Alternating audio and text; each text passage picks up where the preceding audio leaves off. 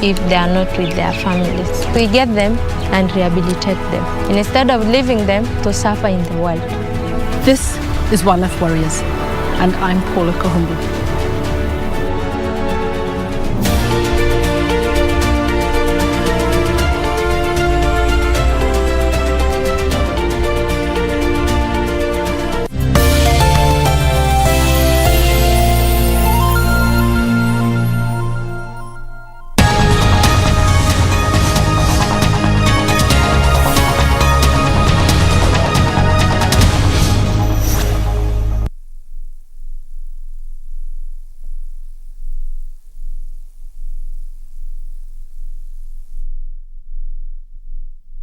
Broadcasting Corporate.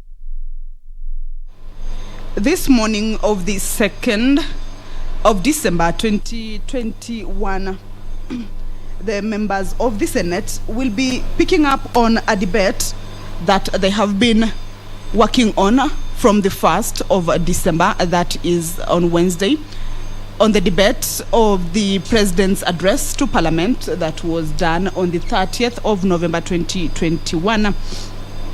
This will be the last sitting to debate on this particular motion that is moved by the Senate Majority Leader. It is the last day because, according to the standing order, the Senate is able to debate on the presidential address that is limited to a maximum of 3 sitting days. And the debate started yesterday, that is on the 1st of December, in the morning sitting. It picked up on the afternoon sitting, and this morning sitting will see the members take their final talks about that particular address. There is also a debate that they will be carrying on the annual report on 2020, on the measures taken and the progress achieved in the realization of national values and principles of governance. There's also the 8th annual report on the progress made in fulfilling the international obligations of the Republic of Kenya. We also have the annual report to Parliament on the state of the national security 2021 and the Kenya Business Climate Reforms Milestones Report for the year 2020-2021. As I told you earlier, these will be resumptions of debates that were interrupted on the 1st of December 2021. Of course, there was the morning sitting and then the afternoon sitting. We have a number of bills, 2 bills in the Senate that this morning will be read for the second time. There is the National Health Insurance Fund Bill, number 21 of 2021. There is also the National Cohesion and Peace Building Bill, that is the bill number 19 of 2021. This is by Honorable Senator Judith Pareno. The House this morning is also set to proceed on committee of the whole to make amendments on a number of bills, or rather move amendments on a number of bills, among them the Natural Resources Benefit Sharing Bill. This is by Honorable Senator Dr. Agnes Zani. There's also the Cooperative Societies Bill. We also have the County Vocational Education and Training Bill by the Chairperson Standing Committee on Education, that they'll be seeking to move amendments on this particular bill. The Prompt Payment Bill by Honorable Senator Farhia Haji and Senator Sakaja Johnson. There's also the Startup Bill by Honorable Senator Sakaja Johnson that will be taken through the Committee of the Whole to see the committees or to see those movers move amendments to the bills this morning. On the County Vocational and Training Bills, Senate Bills number 6 of the 2021, some of the clauses that might be changed, or some of the amendments that the members are seeking to make, is by deleting some words. There's a word here that on the special needs appearing immediately after the words trainees, to substitute it to the word disability. Remember, this is the bill on the County Vocational Education and Training Bill. There is also a clause 5 that seeks to delete the words procure and replace it with the word put in place. On the clause 7 is also one of those that will be amended. Of course, the word special needs again. This is substituting with the word disability. When we take a look at the Mr. Speaker. Right, those are some of the bills that will be taken through the committee of the whole. As you can see on the entrance of the Senate chambers, the Speaker of the Senate, Honorable Kenneth Lusaka, has stepped in to oversee this morning's sitting. I will now hand you over to the live broadcast. Good morning. Let us pray. Almighty God, we beseech you to behold with your abundant favor and blessings us, your servants, whom you have been pleased to call to leadership positions in this republic. We seek guidance to treat and consider all matters that shall come under our deliberation in so just and faithful a manner as to advance the peace, prosperity, and welfare of our country and of those whose interests you have committed to our charge. Amen.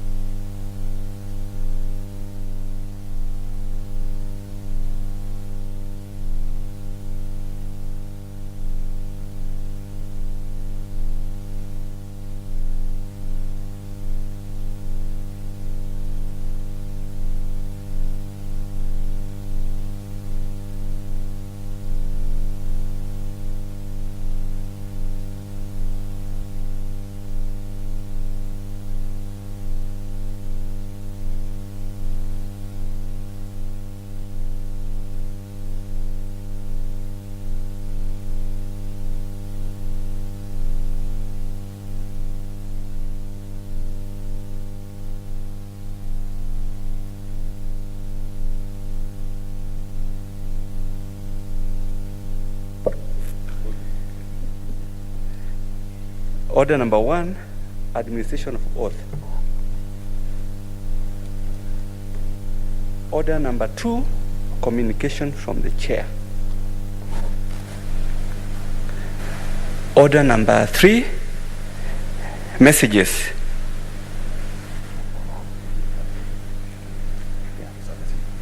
Okay.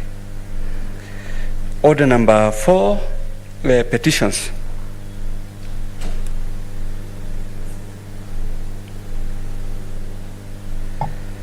Order number 5, papers.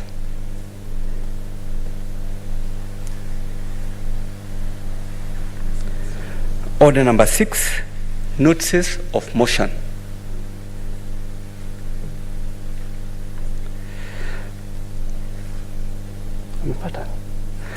Order number 7, statements. Order number 8, motion, debate on the President's address to Parliament, third and final day. Senator Zani.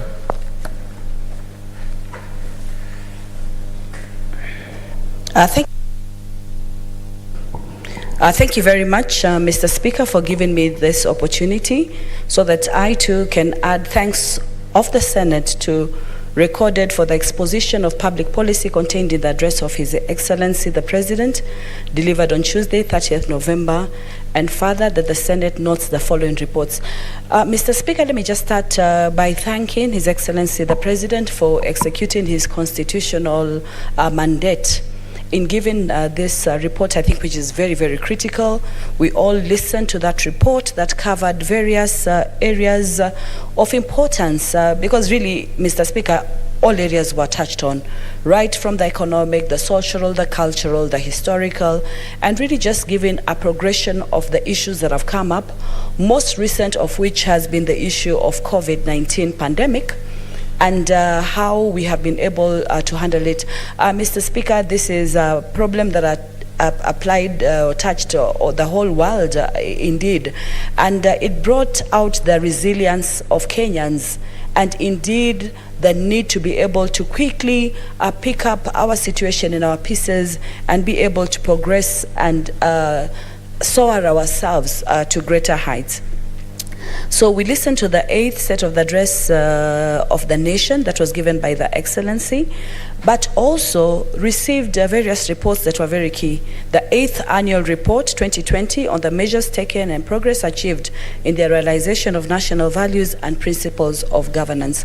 Mr. Speaker, probably one of the most important articles in our Constitution 2020 is Article number 10 that really gives these very, very specific principles that should guide us. The principles of equality, the principle of clarity and exposition, the principles of transparency, the principles of ensuring that everybody is brought on board, the principles and the values that are very, very key. And Mr. Speaker, in many situations, many countries have been able to proceed and grow because they've been able to put these values into place. They've been able to inculcate these values. And you heard, Mr. Speaker, many times when the President said, without putting these values into operation, it becomes very difficult. We have the hardware right, but we have to put the software right so that these principles can actually be put into operation. So this is very key and very, very important. We also received the 8th annual report on the progress made in fulfilling the international obligations of the Republic of Kenya, of which Kenya is a signatory to many obligations, especially at the international level, in sync with keeping in touch with the changes that are taking place, for example, from various organizations, including IPU and others, and the various conventions and agreements that are being made about the way forward for a country. And then we also had the annual report to Parliament on the state of national security, which is very, very key and very, very important. And this, I think, Mr. Speaker, then contextualizes the situation that we are in and then how we can actually progress ourselves. Indeed, the issue of having mixed fortunes our country, but that this has given us an opportunity to serve this country, and that we can actually use any capacity to take that capacity to bring it to action. He also stated that that has taught him to have empathy, that both sides of the parliamentary divide and political opinions need to be brought all to the fore. Mr. Speaker, we are a multicultural, very diverse society. Many countries have used multilingualism and multiculturalism as a way to impetus for their own development. And this is something very, very key, that through these lessons, we're able to build ourselves and be able to contribute to our various ideology, and to be able to place ourselves in a situation that we can actually be able to push ourselves to the next level. So this is very, very key, because without this, it makes it very, very complicated and very, very difficult for us to be able to plunge further. The issue of the pandemic was very, very key, and this was addressed at various points. And of course, yes, we're not yet out of the woods, especially now with Omicron, which is a new variant that is coming.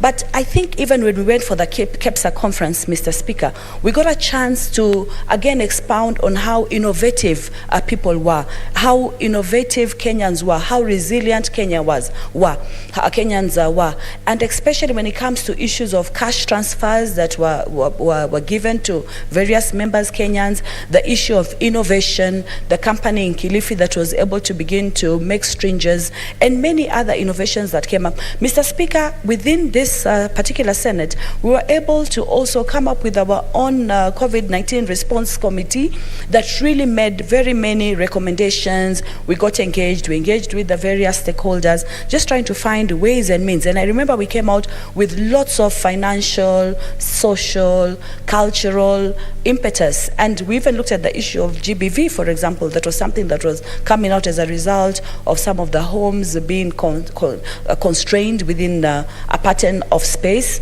and as an issue that was coming out to be addressed, and how that needed to be handled. So various issues came out, Mr. Speaker. And this is very, very key and very, very important. We have, for example, the company Revital that exported over 70 million COVID vaccine syringes to over 20 countries globally. That gave us a chance to shine as a country.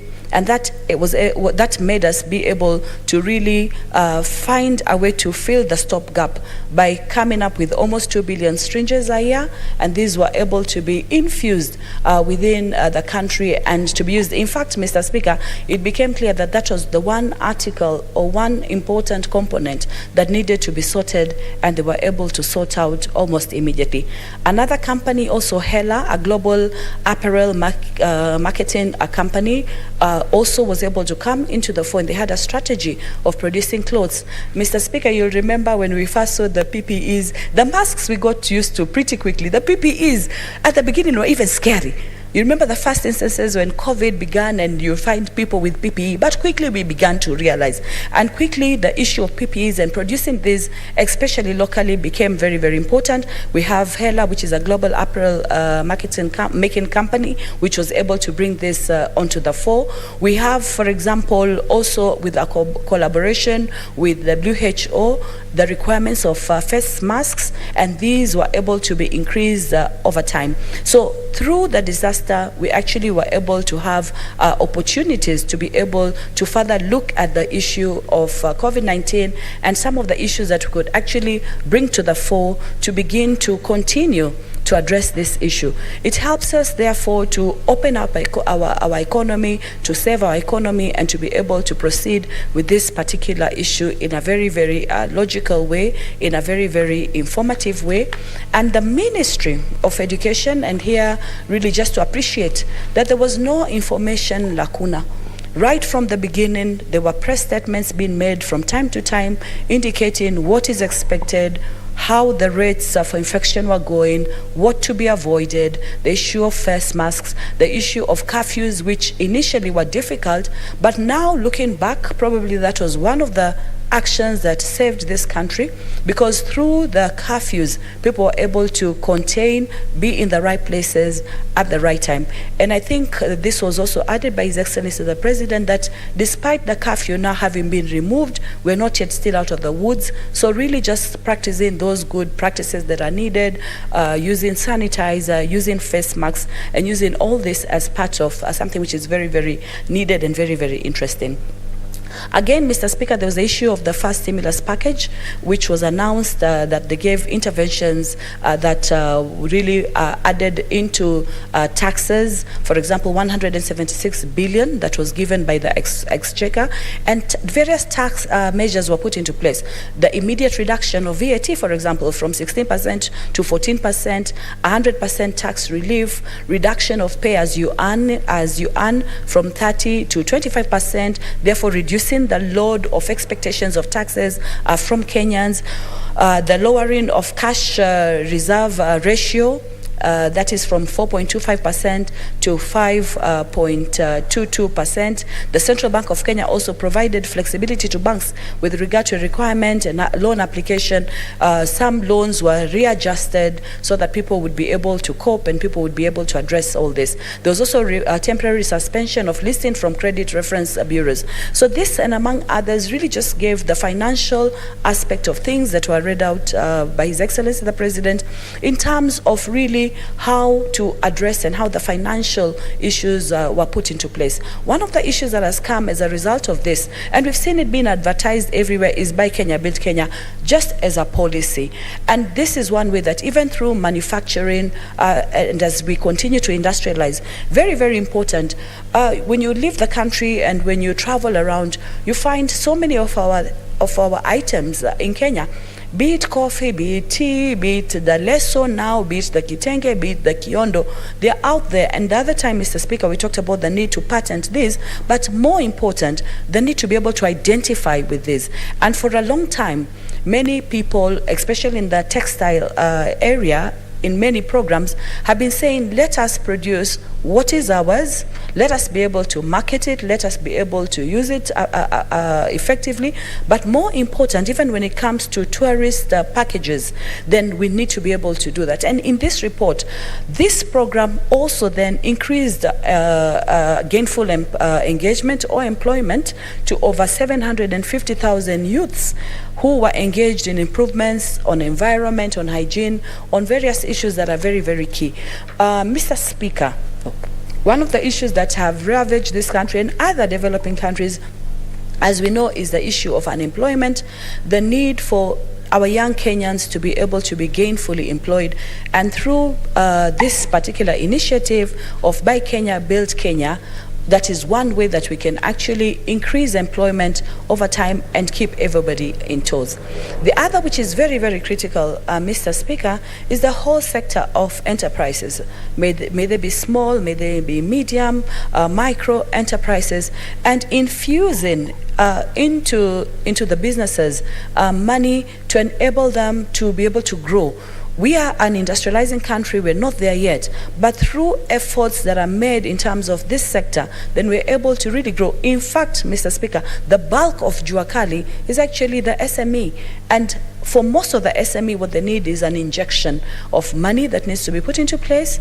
In this case, this money was injected, about 5 billion, as seed capital to SME credit guarantee schemes, so that be able to intervene and be able to provide affordable credit to micro and macro industries, so that they would be able to progress and be able to move issues to the next point.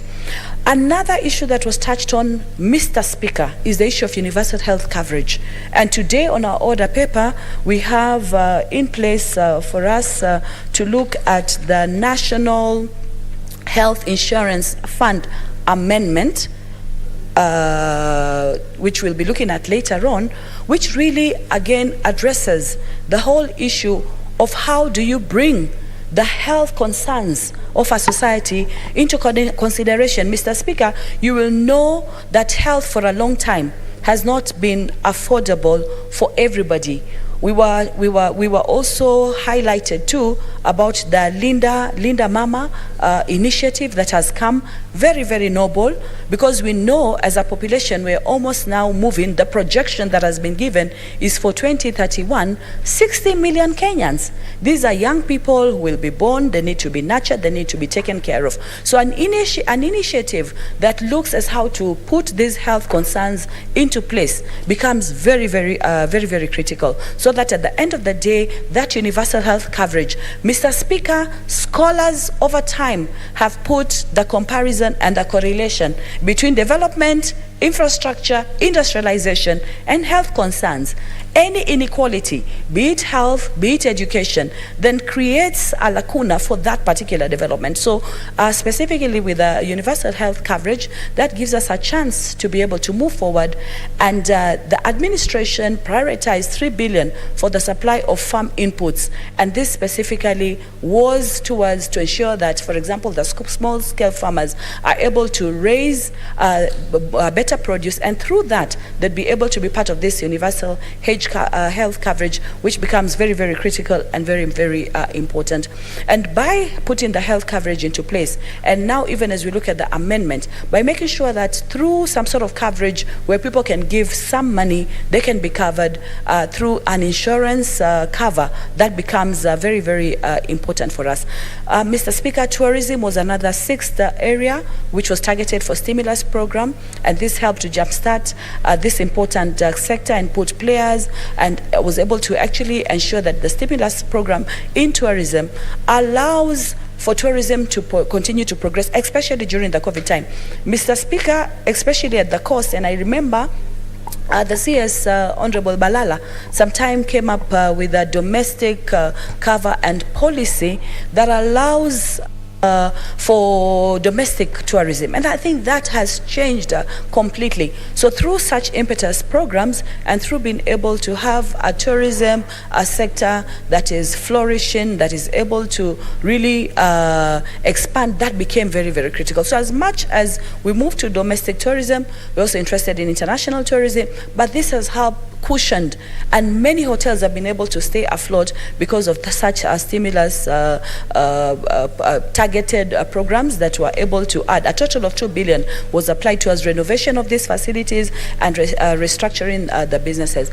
I think it was important to listen to the efforts that had been made, because through listening to these efforts, it gave a very good insight about what is happening. Mr. Speaker, I hope you'll add me some time, because I think my light is on.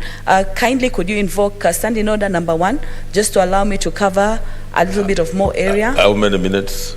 About 10 more minutes. Okay. Thank you, Mr. Speaker.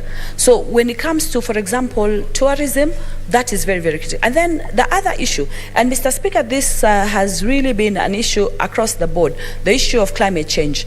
When the Vice President, Al Gore, started speaking about climate change, many people, I think we thought about it as something so far-fetched. We didn't think we would get to a time when we can actually see the ravages of climate change. Now we are. The weather pattern has been completely affected across the board. People don't know when it's really going to rain. The traditional patterns have changed, drought in many areas. So very, very important for the administration to have gone into place to rehabilitate wells, to look at water pans, and to look at semi-arid and arid areas and how this can be helped. A total of 2.5 billion for flood control was also injected, and really just campaigning for the Green in Kenya campaign, which really involves planting of more trees, improving the tree cover across the country, so that at the end of the day, it becomes very, very imperative. It is through that same rain and same water and same trees that we can actually enhance the weather patterns. So I think this is very, very critical. And I know as Kenya, we've engaged very, very stringently in the issue of climate change and the policies that are coming out as a result of this, which really need to be put into place, so that at the end of the day, we're able to really look at this in total.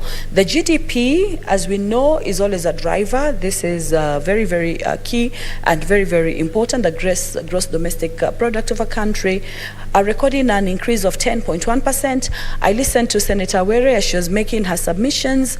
very good. This is a double-digit growth that we hoped would come, but maybe also to just go into ramifications and ways of ensuring trickle down of the same. She talked about money in the pocket. So yes, we have a double-digit GDP, which is fantastic. It raises our profile as a country.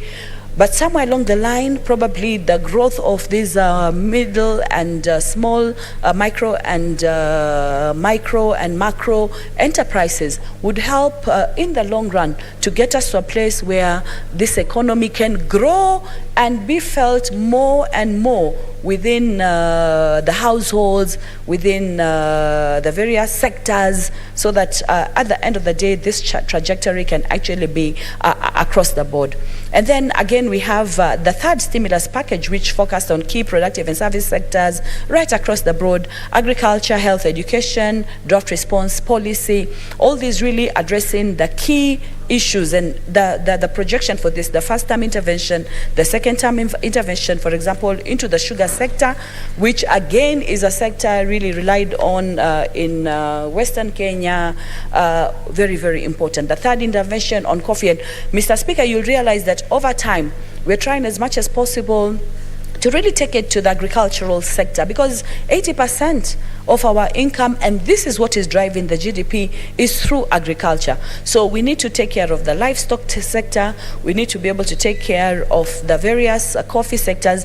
Mr. Speaker, I was saying that over time, we've come up with a lot of legislation in this House to ensure that these products are well catered for, especially right from production up to the manufacturing, and finally the market, and finally the utilization. If that doesn't happen, it really creates a problem. And therefore, we've initiated in this House and debated the tea bill, the coffee bill, the coconut plant bill from the coast. Very, very critical, because the coconut plant is used for so many uses, and this is really an economic hinge in this particular region. Very, very key and very, very important. Mr. Speaker, the sixth intervention was in education. And of course, we have the 100% transition, of course, CBC, which really is targeting competency-based, moving from qualifications, giving people skills so that they can overall be able to, be able to use various competencies apart from the educational attainment. I sit in the Education Committee, Mr. Speaker, and we have engaged broadly at CBC level to find out what is happening. Of course, the issue of transition and where do we go to, for example, after grade 6, this is now being addressed. They're going to move into secondary schools, but really just feeling that there's a shift of change, and also that other competencies, Mr. Speaker, some of these competencies over time are gauged to actually have a very high correlation with development. Key competencies of critical thinking, of development, of analysis, so that our children are able to capture these, and this can catapult them further. So the Ministry of Education continuously has been engaging on how to improve. Of course, there are various questions. We've raised many of them on the floor of this House, some of which have gone to the ministry, and we've been able to get the feedback. And now the feel that even the grade 6, as they proceed there, would be able to make the changes, the beneficial changes, I think, that are very important. Of course, this cannot happen without construction of classrooms, and this commenced early December. We should commence early December 2021. This is about this time, because the first issue was, what do we do with the classes that are there already at the lower primary level? How do we handle them? And many are feeling we can keep the pre-unit classes, both 1 and 2, and then with the 6, and have the other 2 really just move to the secondary level. And this is what will necessitate us the building of more of these classrooms, not forgetting, of course, the 100% transition rate. That means the initial scheme that we had, the initial pointer to transition has been removed. And this, I think, levels very well with the more advanced countries. For example, United Kingdom, if we go to countries like Switzerland, equal opportunity. You're not going to be left out because you cannot pay fees for your transition. But I think what will be key for us in this country is that even as we identify the key competencies and we're able to gauge them, that we're able to support those who move to the secondary level and be able to still build on those key competencies that are very, very key. And they can be able to be groomed in such a way they can actually bring about massive development. The other issue of intervention, which was very, very key, is the issue of health. And the health coverage, I've touched on this already, and 3.2 billion was put for construction for medical facilities, etc.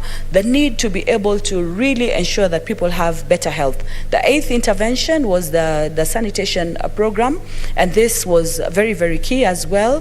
The national program, this included Kazi, Mtaani, again addressing the other issue that I'd spoken to initially, the need to be able to cover, especially the youth. They are the future, now we say for tomorrow, but nowadays we say they are just the future of now. That they need to be able, whatever we have put into them educationally, and the need therefore not to focus so much on formal education, but also move to TVET. Mr. Speaker, the TVET bill is on the order paper today, pushing for the agenda of both technical and vocational training so that people will come out with skills they can be able to use. Mr. Speaker, there are certain countries now that have expanded because they have been able to bloom this sector. And Mr. Speaker, you'll be aware that a lot of our workforce that goes out really is giving out this, apart from, of course, white-collar jobs and white-collar qualifications, also the TVET, the vocational training, which is very, very key and very, very important to be able to really enhance the thinking through the facility, the way people are able to put things into place, the way they can be able to progress, the way they can be able to push their agenda, which is very, very key and very, very important. Mr. Speaker, we would not have gotten to where we have gotten to without the national vaccination plan. Across the board, approximately 16 million have been covered. So many others that need to be covered. And of course, as I end, Mr. Speaker, the need for continuous Kenya Revenue Authority bringing in the taxes as projected 1.52 trillion to be collected in 2020. This is what is able to trickle down and be able to service the various sectors that are very, very key. Mr. Speaker, I see my time is up. Just to sum up, and I thank you, I give thanks, I support and give thanks to this particular report, and say that for Kenya, as we continue to develop, we have the policy plan, we have the blueprint, we have the way forward. As the President said, there's no reason why we cannot be the Singapore, why we cannot be the Malaysia, why we cannot be the newly Asian tigers that have made this progression. Indeed, they actually copied our sessional development plan. They were able to implement. We are getting to where we can identify and tie the gaps. We're looking forward to reach the progress that we're so seek to find.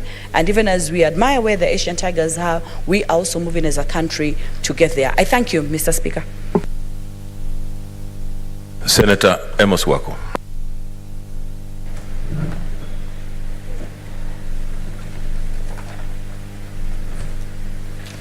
Thank you, Mr. Speaker, for this opportunity to make my contribution to the very detailed presidential address that were given 2 days ago. Mr. Speaker, I want first of all to commend His Excellency the President for an excellent address he gave on the state of the nation.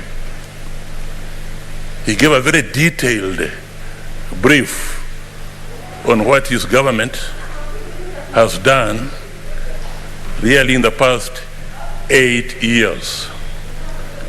And one can see from the various statistics given in the various areas of economic development that indeed the achievement has been great.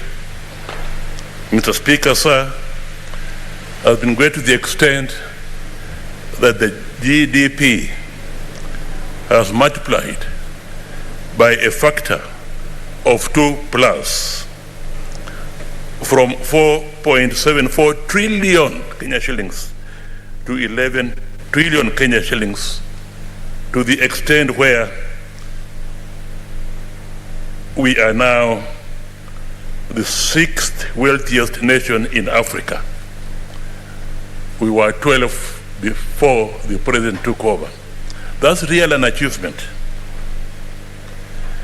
To the extent where we are the leading country in Africa with household connections to electricity. In fact, that has tripled to 6.3 million households. The president outlined the various interventions that have been done by his government. In fact, well over about 17 major interventions have been made by his government in various areas, including, Mr. Speaker, agriculture. And in agriculture, I noticed, Mr. Speaker, sir, that whereas the intervention in coffee and tea was focused on the reform of the coffee and tea industries here, now to the extent where the tea farmers expect to get record money from their production. When it came to the sugar industry, it wasn't really so much reform, but it was basically the money given was for factory maintenance and the payment of farmers.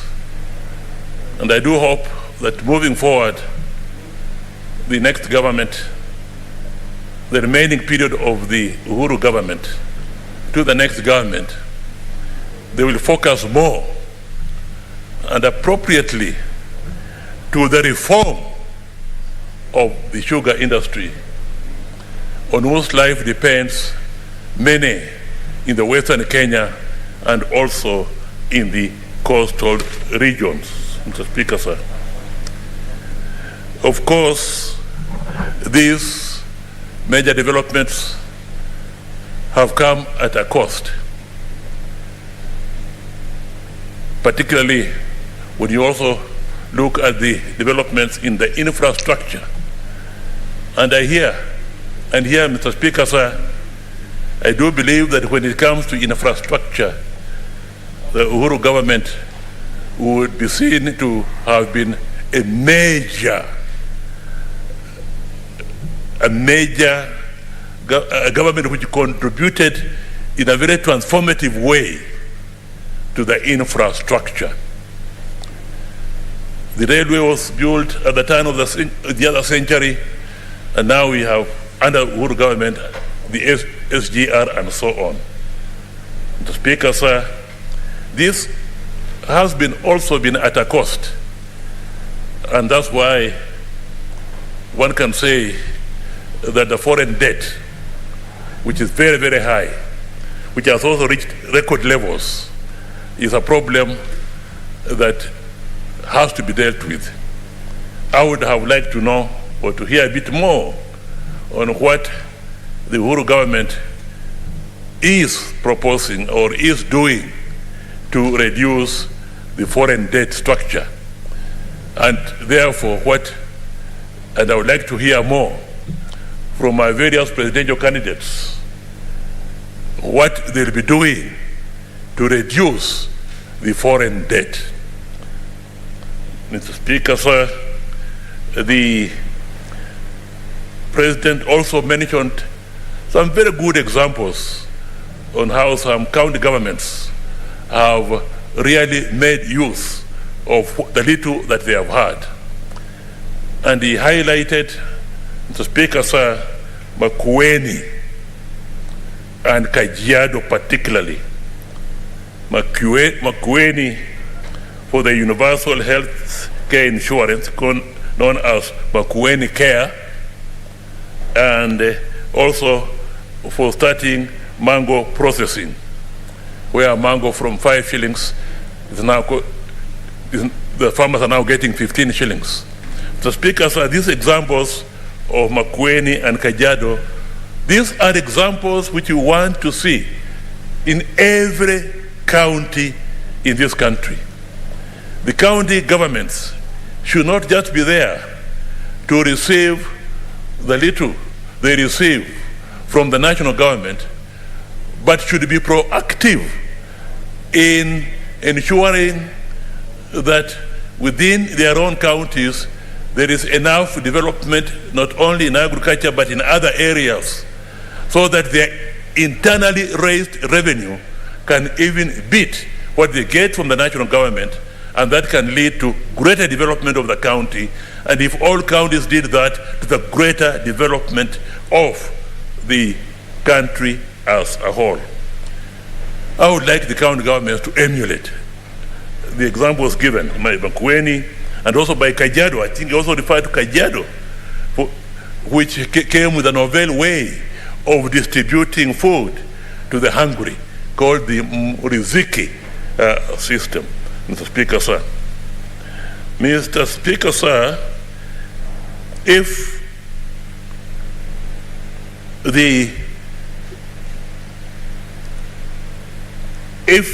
we have to proceed along this trajectory, and I could see here, Mr. Speaker, sir, that the President is very and was and is very ambitious for the good of this country.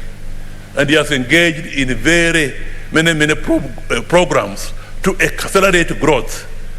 And he has given as an example the Asian tigers as an example which we should follow, not to follow the European example where they took more than a century or two to be industrialized. We are following the example of the Asian tigers, and that we can also have African tigers. The Speaker, sir, in order to be able to achieve that, the President, I think, is on the right track. But let us also remember, Mr. Speaker, sir, that the Asian tigers reached where they are because, one, they are very cohesive and very united in their politics. Here, Kenya is sort of divided in its politics, Mr. Speaker, sir.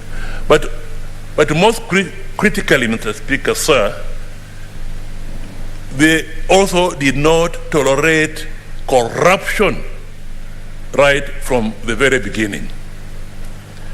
Mr. Speaker, sir, the clearest example of this is and I'm mentioning this issue of corruption and other issues because according to Article 132 of the Constitution, under which the President was giving this state address, it relates to, you have to give once every year, submit a report to the National Assembly on the various issues raised, including in that report on all the measures taken and the progress achieved in the realization of the national values referred to in Article 10. Now, under Article 10 of the Constitution, particularly if you refer to Article 10, 2A, the national values and principles of government include, and C, good governance, integrity, transparency, and accountability. Mr. Speaker, sir, I would have liked to hear from the President that as we embark to emulate and, if possible, surpass the Asian tigers, and he is laying and has laid the foundation for that in the infrastructure and in many of the big projects that his government has undertaken. What has he done to deal with the issues of corruption? Particularly when we hear that quite a bit of the money that is budgeted for, according to the Auditor General, the last Auditor General, you said the budget for corruption money inside there, and at least 1/3 goes to the into the pockets of the officials, and at least 2 billion every month or so also is lost to the pockets of what is he doing and what has he done? I would have liked to hear more of that. And on that one, I would, with your permission, Mr. Speaker, sir, like to quote Singapore, because Singapore, of the Asian tigers, I think is closer to us, because at the very beginning, they also faced the issues of ethnicity. Ethnicity amongst the people of Chinese origin and people of Malay origin and people of Asiatic origin. And there were fights, communal fights, and many people died. But Lee Kuan Yew was able to deal with that issue. And then he turned now to the issue of corruption. And without going into very much, I would like to just read what Lee Kuan Yew said. He said many things about corruption, but let me just make one quotation to Speaker, sir. It is clear, and here I'm reading, it is clear to Lee that for a nation to beat corruption and build a just society, the cleansing has to start at the very top. In his speech for the Africa Leadership Forum in Singapore on 8th November 1993, he stated, and here I just quote, and I'll leave the quote to speak for itself, that once a political system has been corrupted right from the very top leaders to the lowest ranks of the bureaucracy, the problem is very complicated.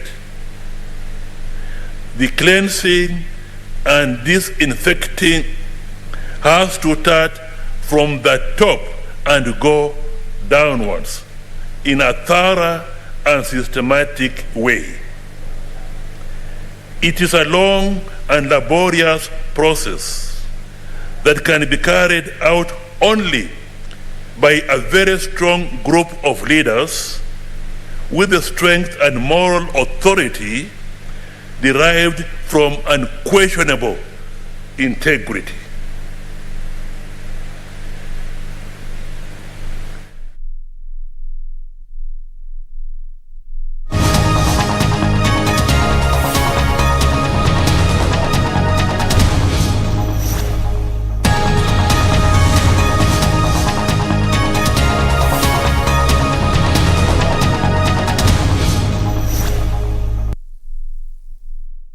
Following the publication of the bill and following a determination that such bill is of priority, forthwith refer such bill to the relevant committee for consideration pursuant to the provisions of Standing Order 127, Committee of Bills to Committees and Public Participation, and cause the bill to be read a first time upon its next sitting, and the second reading may be taken forthwith or on such other day as the House Business Committee may determine. Number 2, should any statutory instrument be transmitted for tabling before that House during the period, the Speaker shall, following a determination that statutory instrument is of priority, forthwith refer the statutory instrument to the relevant committee for consideration and cause the statutory instrument to be tabled in the House upon its next sitting in accordance with the provisions of Section 11 of the Statutory Instruments Act number 3 of 2013. And number 3, should any paper be transmitted for tabling before the House, the Speaker shall, following a determination that the paper was of priority, forthwith refer the paper to the relevant committee for consideration and cause the paper to be tabled in the House upon its next sitting. Honorable members, this is a routine motion that we do at the adjournment of every House to facilitate how business will be handled, because we will not have the opportunity for a matter to be read a first time so that it can be then referred to the relevant committee for processing. So any bill that will come during this period, including your private members' bills that will be generated for next year, will, once they determine it's of priority, will then be referred to the relevant committee as if it had been read a first time, and it will then be processed. And when we next assemble, we can proceed automatically to the second reading of that bill. So this is basically to cover that there is no lapse in terms of process, and we do this every time. And I seek your endorsement of this so that as we leave today, we can be able to do things on a continuous basis. I beg to move and ask the Honorable Sankok to second.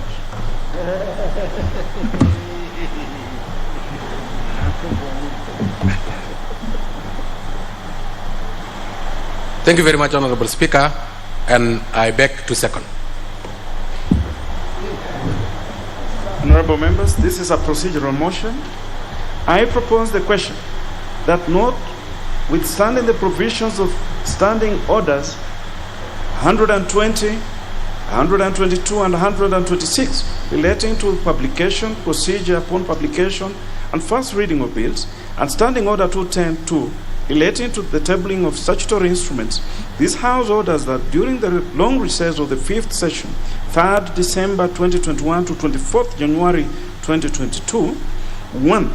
Should a bill be published during the said period, or a published bill become due for first reading, the Speaker shall, upon lapse of at least 3 days following the publication of the bill and following a determination that such a bill is of priority, forthwith refer such bill to the relevant committee for consideration pursuant to the provisions of Standing Order 127, committal of bills to committees and public participation, and cause the bill to be read a first time upon its next sitting, and the second reading may be taken forthwith or such other day as the House Business Committee may determine. 2. Should any statutory instrument be transmitted for tabling before the House during the period, the Speaker shall, following a determination that the statutory instrument is of priority, forthwith refer the statutory instrument to the relevant committee for consideration and cause the statutory instrument to be tabled in the House upon its next sitting in accordance with the provisions of Section 11 of the Statutory Instruments Act number 3 of 2013.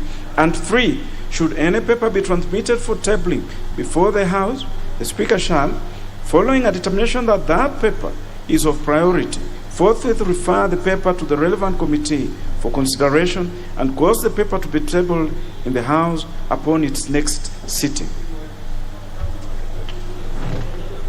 Is it, honorable members who are at the top may walk in? Is it the mood of the House that we put the question? Very well, members. Members, take your seats, kindly.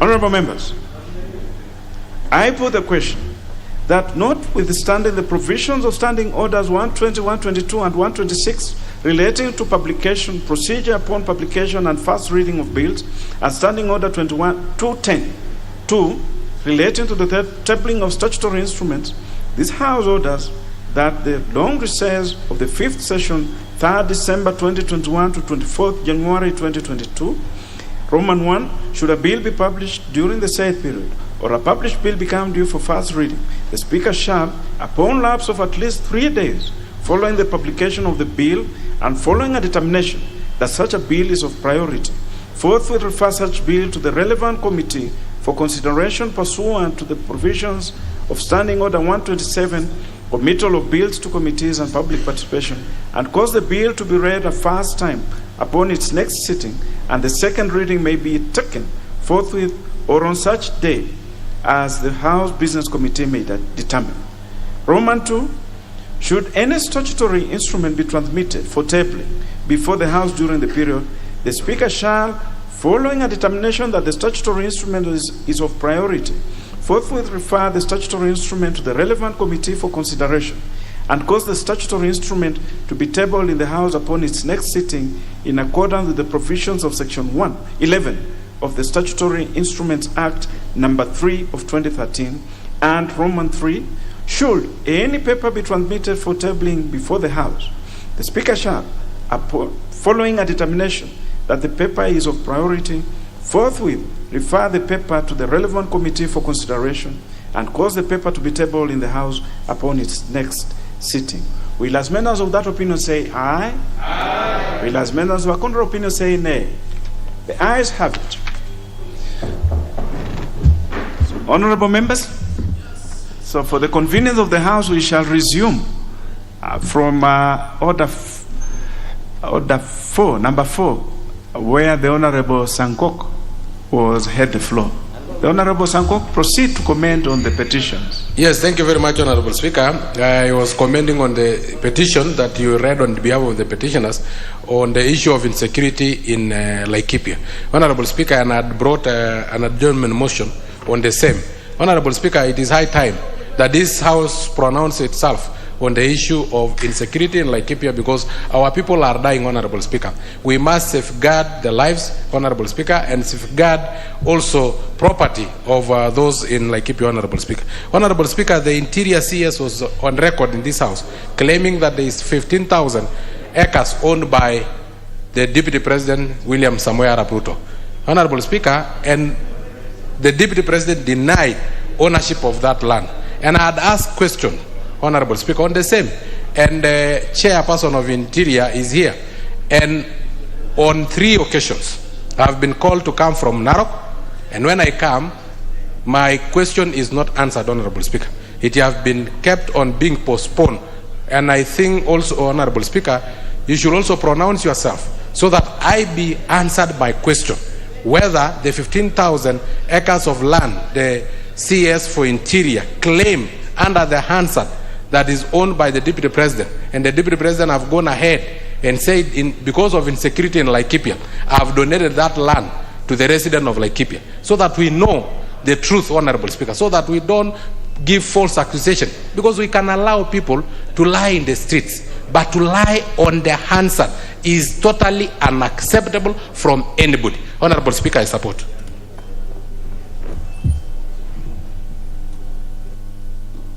The Honorable Rasso, member for Saku. Thank you very much, Honorable Speaker. Honorable Speaker, the petition from Laikipia, and I think the issues of insecurity is not only isolated to Laikipia. It is in Marakwet, it is in Marsabit, it is in Samburu. Honorable Speaker, the question that we begin to ask ourselves, and this is endless, is this thing deliberate? Is it planned? Why are we turning blind eye on the killings, the maiming, and the destruction of properties in those counties and in that part of our country? Honorable Speaker, if we continue at this pace, the next administration will be forced to endure so many litigations by citizens claiming for compensation by dint of the failure under the Bill of Rights. Secondly, Honorable Speaker, I beg to comment on Honorable Mboni's petition on Diane Blair. I think on this, no institution is above the law. No institution will try to abrogate itself the virtues of the Constitution when it is for all and sundry. This House is the people's representatives. The rich, the poor, the strong, and the weak must have a voice in this House. For that reason, Dyer and Blair must pay. I thank you, Honorable Speaker. The Honorable Shakil Shabir, member for Kisumu East. Oh, he had commented? No, Shakil had not commented. Chairman, I have not commented on this. Proceed, the Honorable Shakil. These proponents of bottom-end economy seem to have forgotten their manners.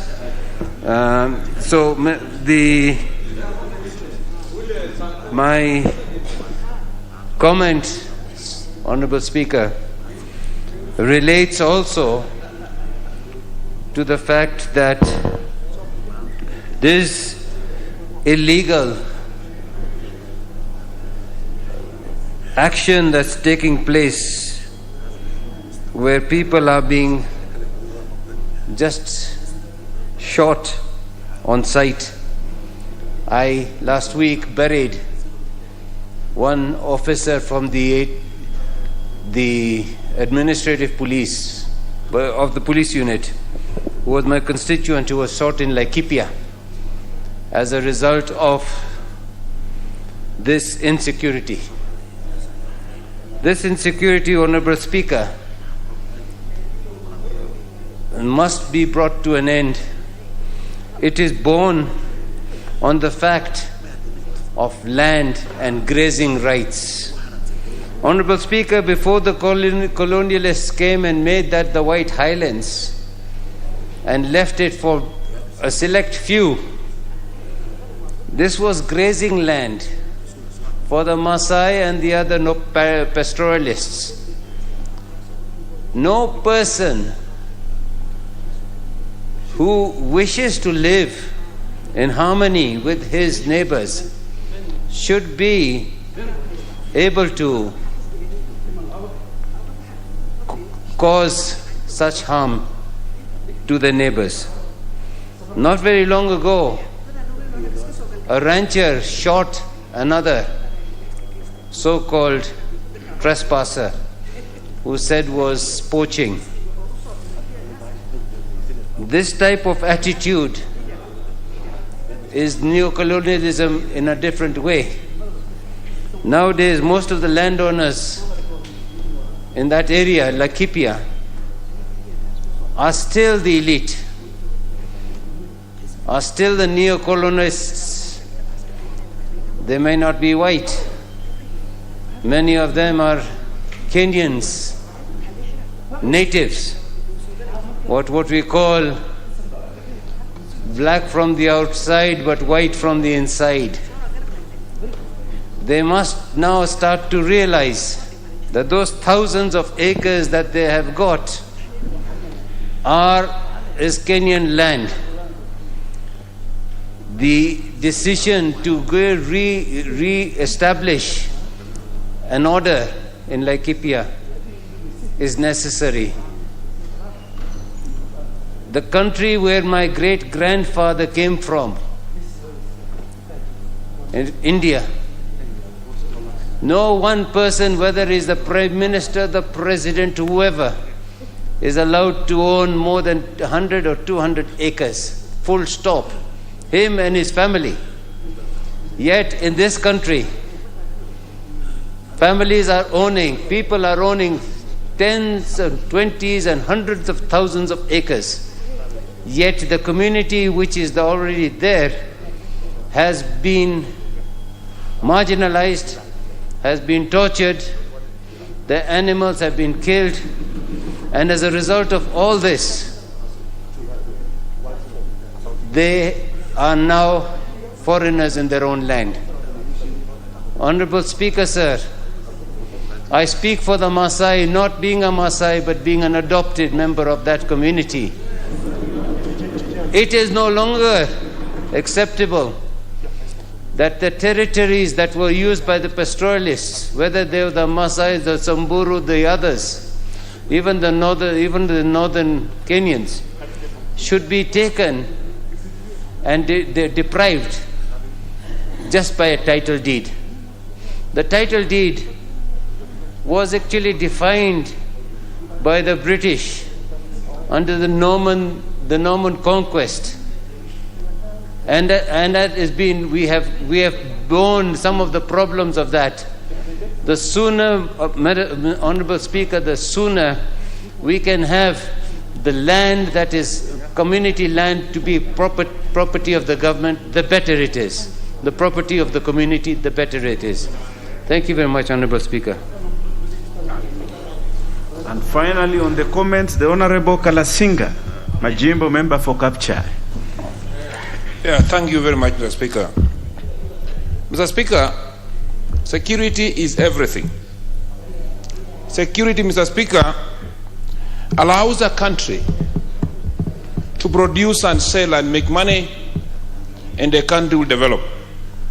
Where we have no security, Mr. Speaker, issues of underdevelopment happen, And here, Mr. Speaker, I keep as a reference now. I want to support that petition by stating that the chairman of the committee should sanction and sanction properly the CS Interior, Mr. Speaker, to give these people in Laikipia all total coverage, and people in Laikipia, Mr. Speaker, are Kenyans. You know very well, Mr. Speaker, that when you go outside this country, go to America, go to Britain, the identity of a Kenyan is a Maasai cloth. That Maasai cloth, Mr. Speaker, is more of our national flag everywhere in the world.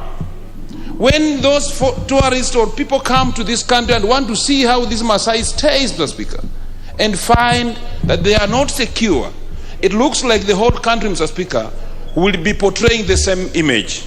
So I want, Mr. Speaker, to support this petition and the Cabinet Secretary in charge of this to tell this country there are areas in this country, Mr. Speaker, where policemen are reduced only, Mr. Speaker, to chasing Changa and Busa drinkers.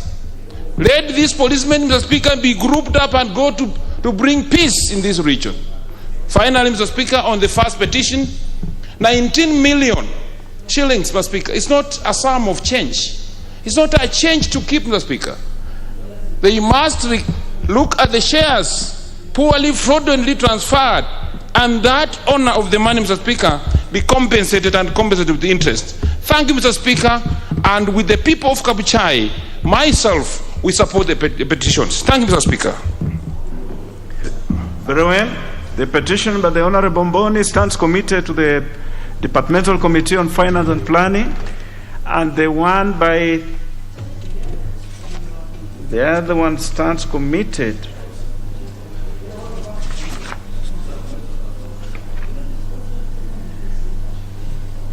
the one by Mr. Benson Nasku of National Identification Number 29487007 stands committed to the Lands Committee. Honorable members, we'll move on to the next order on the order paper.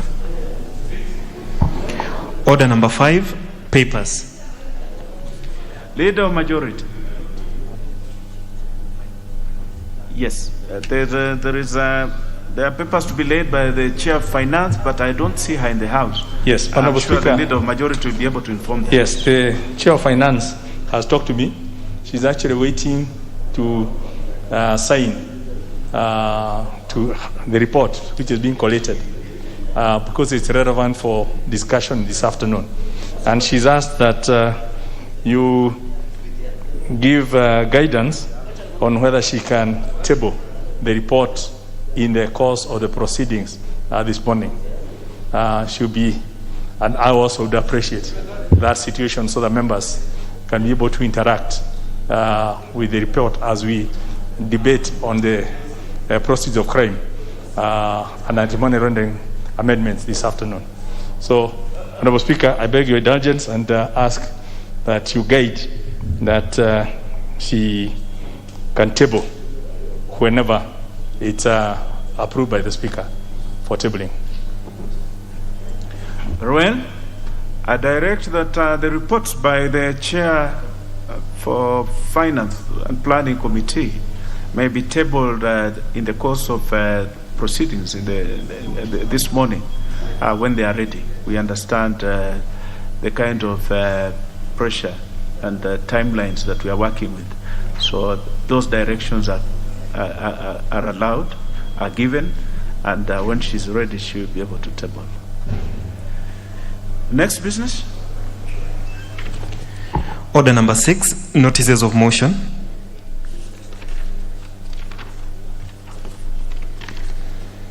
Order number 11, Committee of the Whole House.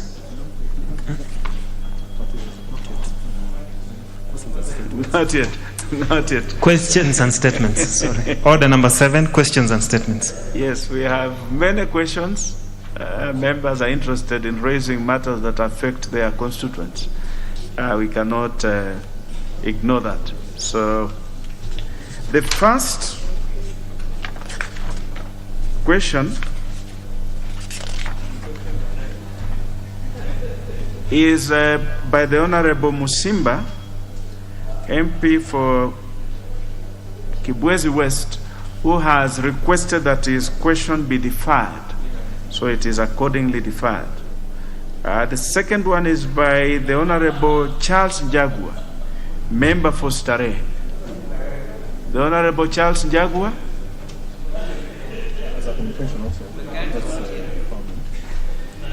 Yes, I see a letter from the Honorable Charles Njagua Kanyi requesting that his question number 506 be deferred, and it is accordingly deferred.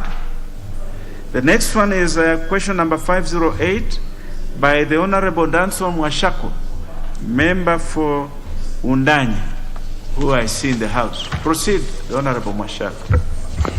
Thank you, Honorable Speaker. I rise to ask a question. Let me go there. Number 508 of 2021 to the Cabinet Secretary for Petroleum and Mining. Could the Cabinet Secretary explain why Ms.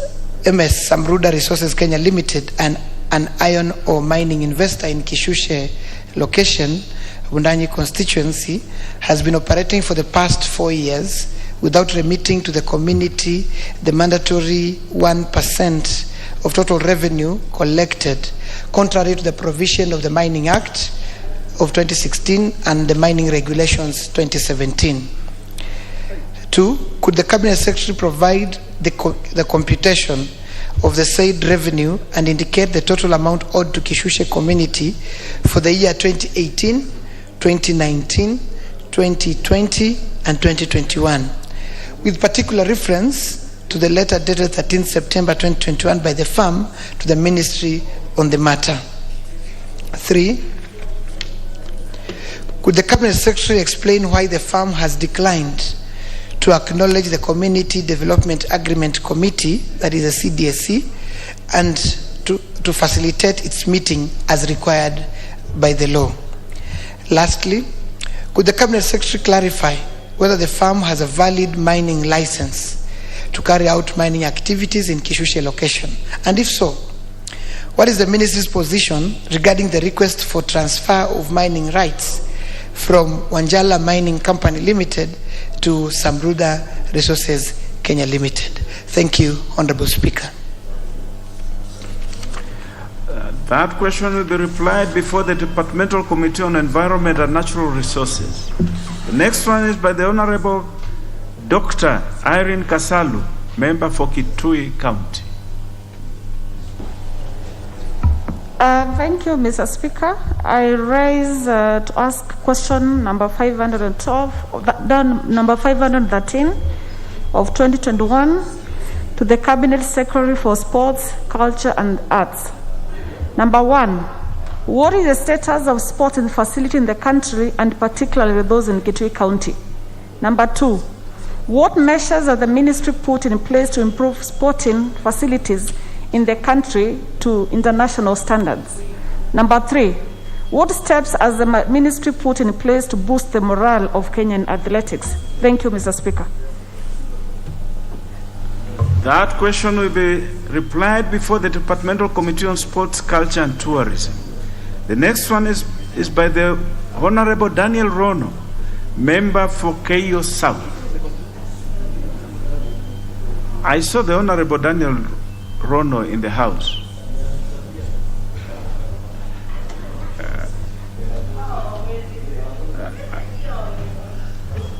We'll move to the next one, hoping that he'll come back to the House before we finish this business.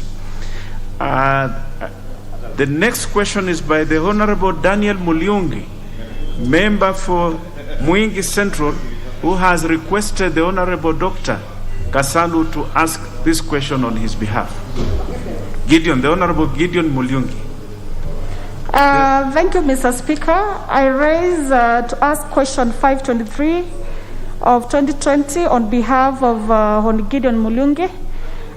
This question is directed to the Cabinet Secretary for Public Service, Gender, Senior Citizens Affairs and Special Programs.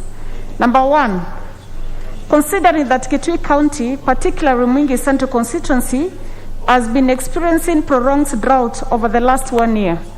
What action is the ministry taking to ensure provision of adequate relief food supplies on the drought-stricken residents? Number 2, what measures has the ministry put in place to ensure adequate food supplies and uninterrupted school feeding programs in primary and secondary schools in the constituency? Number 3, what intervention is the ministry putting in place to provide a permanent solution to ensure sustainable water supply for irrigation in the constituency to end the perennial drought experience in this area? Thank you, Mr. Speaker. That question will be replied before the Departmental Committee on Administration and National Security. The next question is by the Honorable John Waluke, member for Sirisia. I saw the Honorable Waluke in the House earlier. Let's hope before we finish this business he can come and ask his question. The next one is by the Honorable Caleb Amisi, member for Saboti.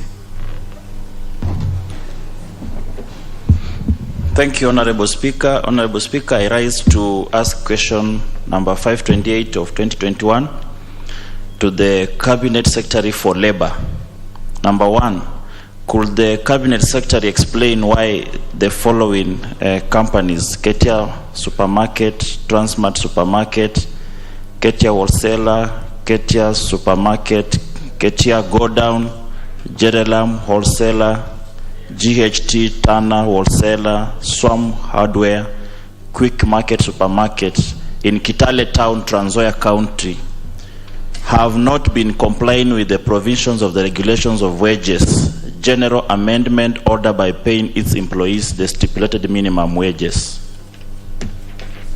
Number 2, could the Cabinet Secretary also explain why the said supermarkets have not been complying with the provisions of labor laws with regard to the management of employee welfare by failure to give workers due annual leave days and the sick leaves, non-payment of overtime allowances, failure to submit employee statutory deductions, among other irregularities? Number 3, could the ministry institute action against the companies for failure to adhere to the provisions of the regulations of wages, general amendment order, and the labor laws? Thank you, Mr. Speaker. Very well. Concerned for his members and for his constituents, the Honorable Amisi, that question will be replied before the Departmental Committee on Labor and Social Welfare.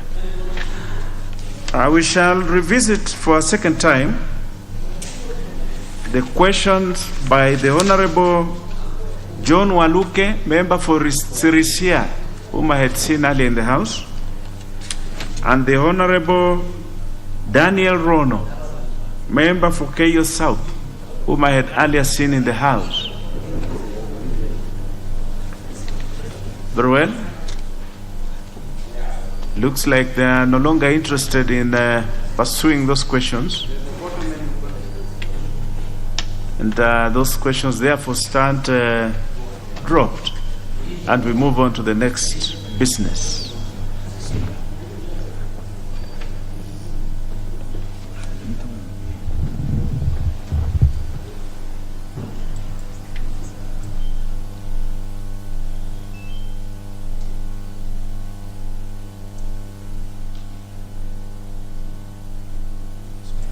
The Honorable Bayaya, you have a point of order? Yes, I have a point of order, sir. Mr. Speaker, last week I rose on this seat, in this very house, to raise a matter of great importance, and I requested for a statement on the disconnection of water bill, of our power at the Baricho Water Works due to power bills. This led for lack of water for 2 weeks in Kilifi and Mombasa counties because of the disconnection of the power by Kenya Power KPLC. Mr. Speaker, after lengthy negotiation, power was restored and water has been flowing. But I received the unfortunate information last night that Kenya Power again went to Baricho Waterworks and disconnected water. And Mr. Speaker, the disconnection of power at Baricho actually flies in the face of the fundamental rights of the people of Kenya in terms of the fundamental right to water. Water is a fundamental right, Mr. Speaker, and therefore we would like to ask government that water is a fundamental right. And follow up to my statements, the leader of majority. I've made a statement, and this is statement time, and I would like to follow up on it. That the same thing has happened again, and people are now suffering again. Schools will be closed, hospitals will be shut down, and the people will not have water. I think it is a responsibility of government to progressively ensure that there's water. This government has invested over 3 billion shillings to do pipelines and to do water tanks and to do water reticulation in the county of Kilifi and Mombasa. But today that investment is going to waste because of improper planning or synchronization of government functions between the Ministry of Water and that of Energy, such that the people of Kilifi today and for the whole of next week and the next 2 weeks will not have water. Life will be disrupted, Mr. Speaker. I would like to ask government to ensure that they think through the process. If they are putting heavy investment on reticulation of water and ensuring that water, there's pipelines for water, they should also ensure that there is a source of power that pumps the water. It is only in the coast region that water must be pumped through electricity because it comes from a lower region to a higher region. Mr. Speaker, I would like to ask for your indulgence on this matter, that the ministry, KPLC and Ministry of Energy be compelled to reconnect the water despite the bills that are there. The negotiations can take place and water and power can be reconnected, but people must not be disconnected from water, which is a source of livelihood. Mr. Speaker, the leader of majority is here, and I'm sure he will take up this matter and ensure that tomorrow or today power is reconnected in Baricho Waterworks and water starts flowing. You cannot give a special tariffs to street lights and deny to give people a tariff for power. Mr. Speaker, it's very hard. The Honorable Bayaya, I don't know whether the Speaker has got powers to order for reconnection of water, but let me consult. The honorable member for KO South, you have arrived at the tail end of that section. But you are lucky that this speaker had seen you early in the House and you had gone out. I therefore, under Order 1, allow you to ask your question. Please proceed and ask your question. Thank you, Honorable Speaker. Apparently, Honorable Speaker, the order paper I picked was indicating that my question is coming in the afternoon. But when I heard you calling me, I had to certainly come back to the House. My question, Honorable Speaker, is question number 518 of 2021, and is directed to the Cabinet Secretary for Transport, Infrastructure, Housing and Urban Development and Public Works. 1. Could the Cabinet Secretary state the consolidated length in kilometers of roads tarmacked by the national government across the country from 2013 to date, including a breakdown of the length per sub-county and county? Protect me, Honorable Speaker. 2. The Honorable my neighbors. I'm sure the question that the member for KO South is asking is very relevant to all of us. It is really relevant. It's a very important question. Allow him to do it. And I'll repeat for the avoidance of doubt, Honorable Speaker. No, you don't need to repeat. Just move on. You are on record. Could the Cabinet Secretary state the consolidated length in kilometers of roads tarmacked by the national government across the country from 2013 to date, including a breakdown of the length per sub-county and county? 2. What measures has the ministry put in place to ensure that Nyaru Kimwareri in KO South constituency, that's the road called Nyaru Kimwareri, which has been earmarked for upgrading to bitumen standards, is expeditiously completed within stipulated timelines. Thank you, Honorable Speaker. Very good question. To be replied before the Departmental Committee on Transport, Public Works and Housing, whose chair I see is sitting right behind you, the member for KO South, and who has listened to the question and is able. He is one of those chairs who have showed good capacity for work. I'm sure he'll be up to it. We'll move on to statements. There are statements to be replied to.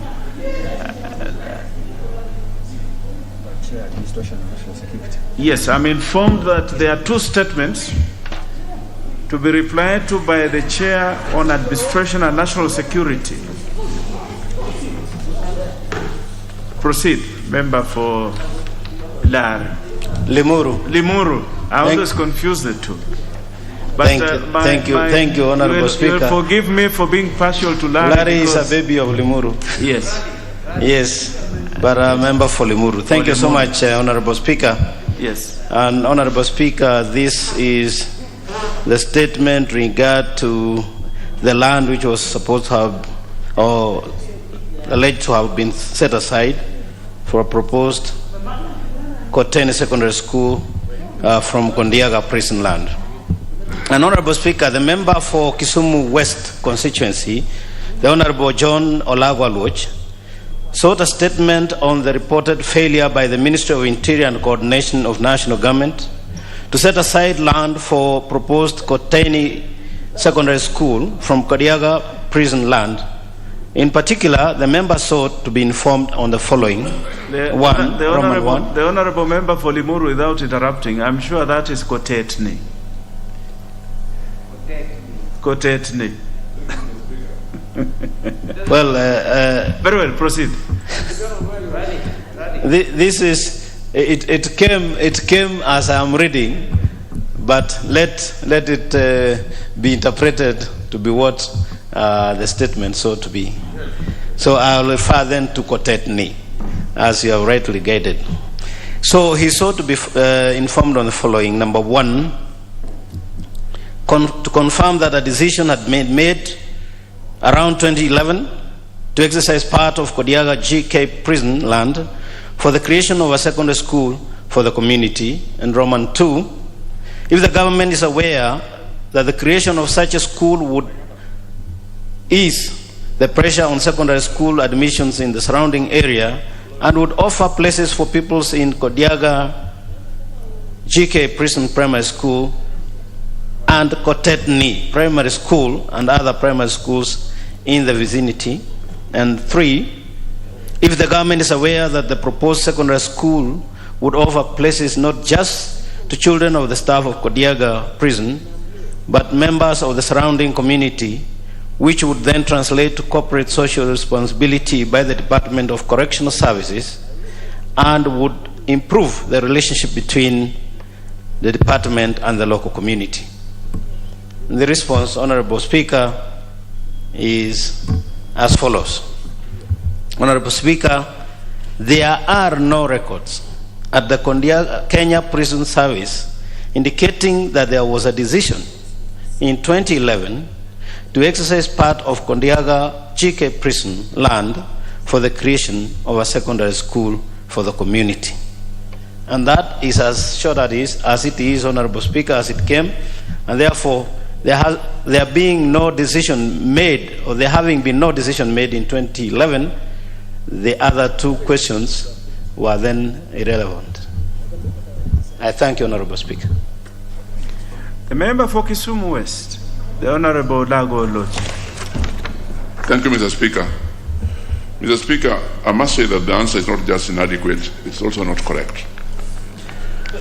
Because, Mr. Speaker, in 2011, I myself was in negotiations with the then Deputy Vice President, Honorable Kalonzo Musyoka, and his PS, and we agreed, and there's a letter that they wrote to me confirming what I've asked. Mr. Speaker, I would like to ask for time so that I can look for this letter. Number 2, even if assuming that there was no such a letter, this answer does not address Roman 2 and 3 of my request at all. In fact, I think I would say that the statement, Mr. Speaker, I think is in my view, contemptuous of the question.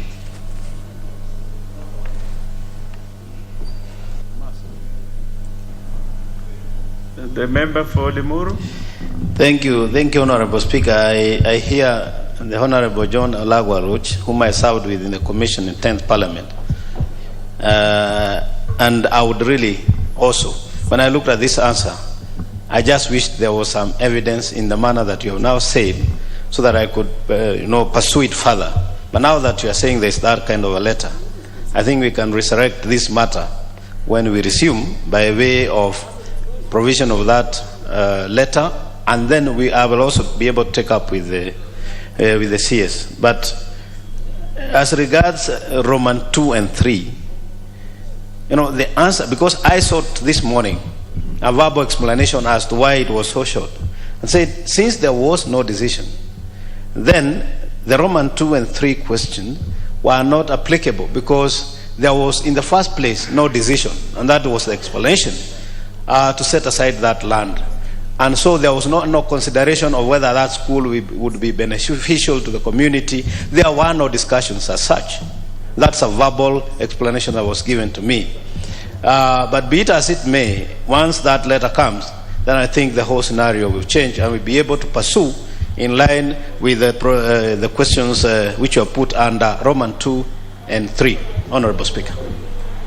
Very well, the member for chair for national security, and I agree with the member for Kisumu West that that answer is worrying. Is worrying. Even if I want to agree with him, actually, it's contemptuous. And this is one situation where I want to agree with him and allow for him to bring the specificity that he's alluded to with the letter and the discussions that he held, so that maybe the relevant agency can look into its archives and respond with better particulars to the question that has been asked by the honorable member for Kisumu West. I think that is fair. We can leave it there for the time being. Yes, considering that the chair also seems to agree with us that it's a bit cut the way it was done, but we can do better. Yes. So those are the directions of the Speaker. The next one.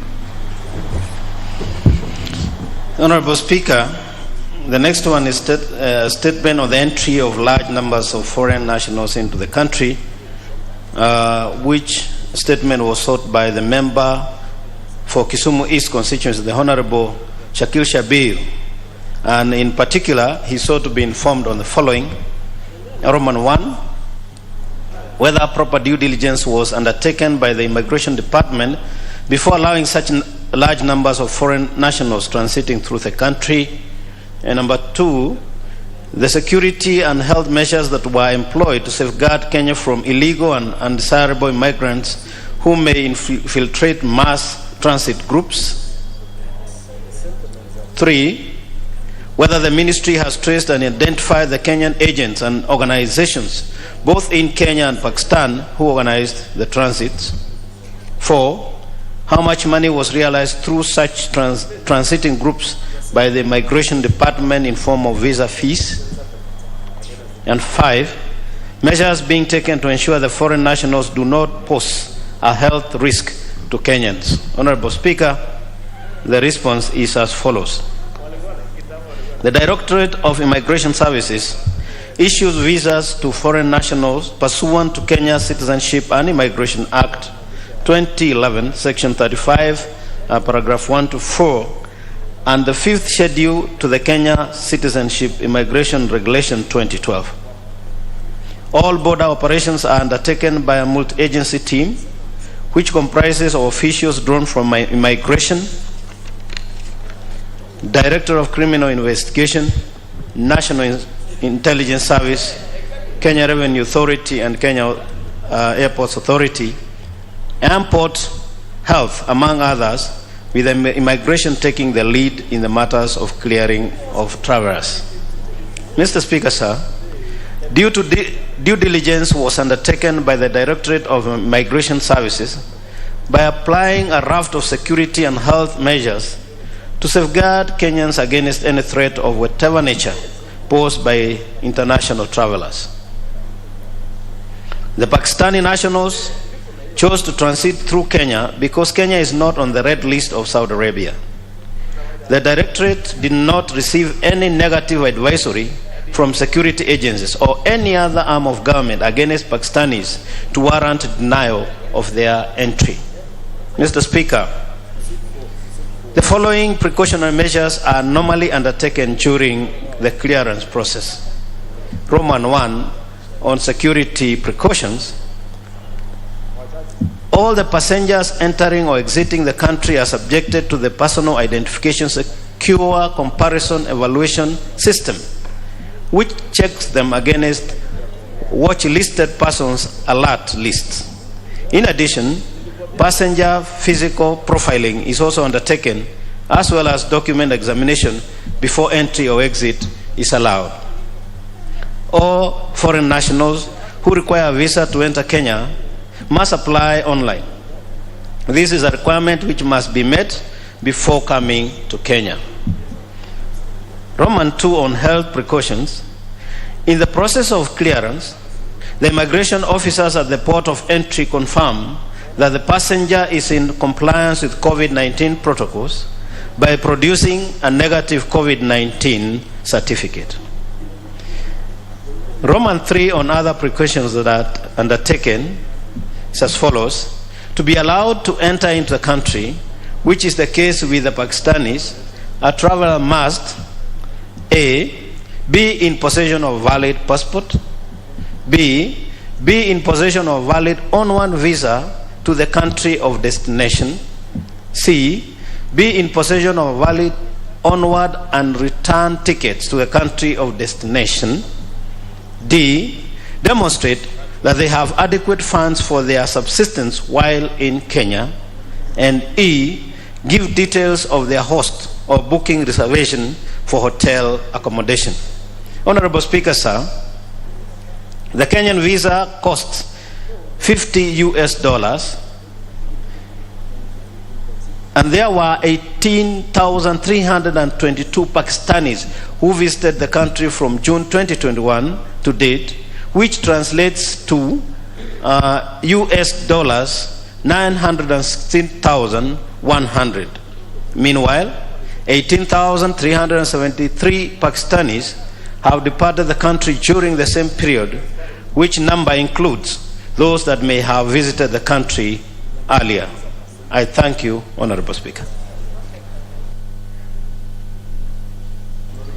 The Honorable Shakil.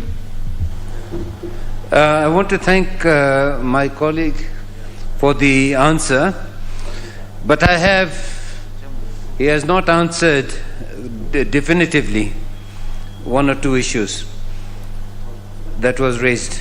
If, as he states, that these Pakistanis, 18,236, who abnormally came here in a short period of 4 months, were here legally, why were they arrested? Why were they harassed? Why were they taken to the police station at a later stage and then released under very questionable circumstances? That's point one. Point two, I asked in my statement, Mr. Speaker, sir, whether it is normal for any country, anywhere, to have 18,000 people coming in at a time that the area from where they are coming has been a result of unrest. Remember, this is the Afghanis. Afghanis went to Uganda and went to other places. We wanted to question whether these were genuine Pakistanis who were going on to Saudi Arabia. And if so, Why is this the first time in the history of Kenya that we have 18,000 people from the same country coming in, and some of them were dumped in B&Bs and were walking around begging for water? Third, I asked whether they had been able to trace the Kenyan agents and the Pakistani agents. I can assume that they don't know how to trace the Pakistani agents. But it is alleged, it's not alleged, it is shown that for each one, the amount of minimum of $5,000 was paid. 18,000 times $5,000 is $9 billion. Of those $9 billion, how much did Kenya benefit by putting this country at great risk of 18,000 people? And most of them stayed in Kajiado area. And my friend is on the phone. But you understand that the fallout of COVID could have been disastrous. So if I'm being told that this is normal and all things were taken in good perspective, and we are going to do this, which other country has done this in Africa? So we don't mind, we've done it. Everything is normal, then why did they arrest them? So that is the questions we need to ask. And I keep asking, what happened to the monies? Is it gone into the consolidated fund? Or has somebody benefited? And why is this so quiet over the last 6 months? It has been very quiet. You do not find, Mr. Chair, any country taking 18,000 people unless it's America, where they're taking thousands of people. 18,000 in Kenya from one country. It's questionable as to what happened. But God will know. I hope that we have been able to cover the COVID restrictions, and we've had no real spike. So God has been with us.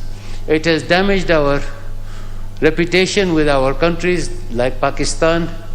We are getting a very bad reputation in Pakistan, in Saudi Arabia, and in Kenya.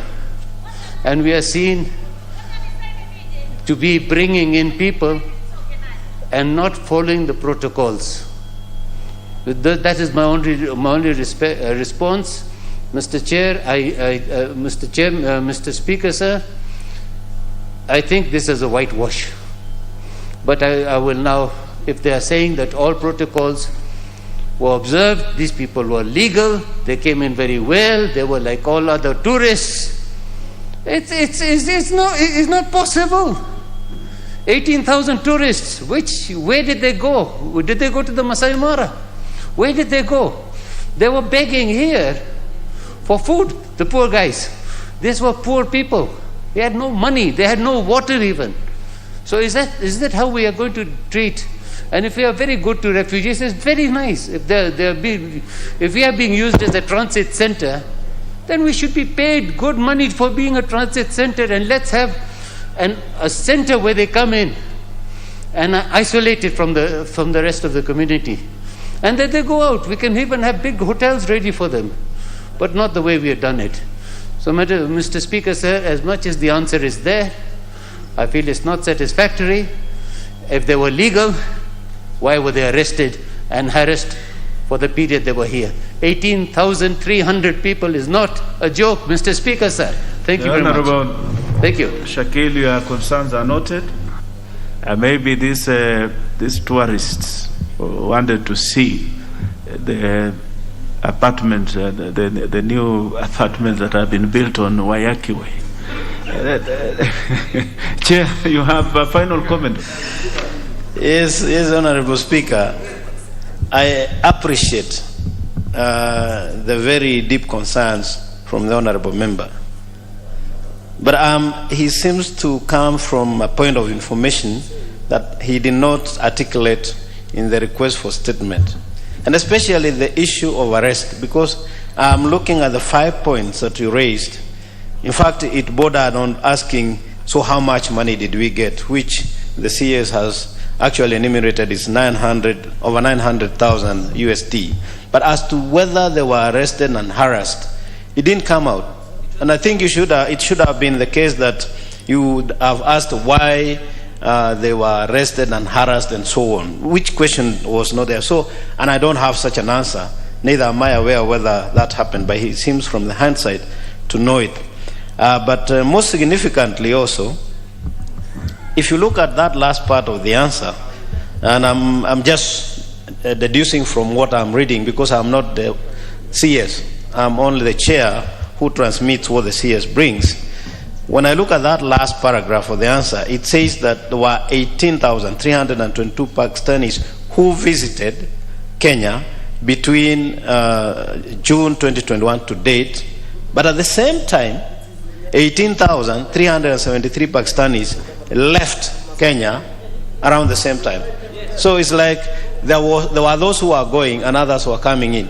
As to whether they all came in at the same time, I'm not aware, or they came in between June and to date in small numbers, I'm not aware. So the question of balancing the numbers coming in and out is almost at par. In fact, those who left were more than those who came in. And I think that's what I can deduce from the answer, Honorable Speaker. Thank you. Very well. Chair, National Security, I think we should guard our national borders and our integrity as a nation a little more jealously. I think the people who are assigned this special duty should take it a little more keenly so that we can have our dignity as a nation. We may be poor, but there must be dignity even in poverty. But having said that, those are just the opinion of this speaker is not the opinion of anyone. Honorable members, we'll move on to the next order, and before that order is considered, allow me to give some guidance. Honorable members, just take your seat, it is okay. This is a guidance from the Chair number 49 of 2021 on the consideration in committee of the whole House of certain proposed amendments to the Kenya Roads Amendment Bill, National Assembly Bill number 13 of 2021. 1. Honorable members, before we proceed to order number 11, being consideration of various bills in committee of the whole House, I wish to guide the House as follows. With regard to certain proposed amendments to the Kenya Roads Amendment Bill 2021, I have received the amendments proposed by nominated member, the Honorable Godfrey Osotsi, Member of Parliament, seeking to amend clauses 2 and 3 of the bill and to insert a new clause 5. The proposed amendments to clauses 2 and 3 seek to vary the term of office and the qualifications of the Director General respectively. 2. My perusal of the amendments is that the first two amendments are a direct negative of the contents of the bill as published. This is in contravention of Standing Order 56.2, which prohibits consideration of proposed amendments whose effect is a direct negative of the principal motion. It is for this reason that I declined to approve the proposed amendments by the Honorable Member on clauses 2 and 3. With respect to the proposed new clause 5, it is observed that the effect of the amendment is to declare the offices of Directors General in the road sector vacant upon coming into force of the proposed law. However, taking into account the provisions of Article 47 of the Constitution providing for fair administrative action, the House must refrain from legislating in the manner proposed by the Honorable Member. 4. The declaration of vacancies is a definite removal from office of the current office holders and amounts to administrative action. The Honorable Member for Emurua Dikir.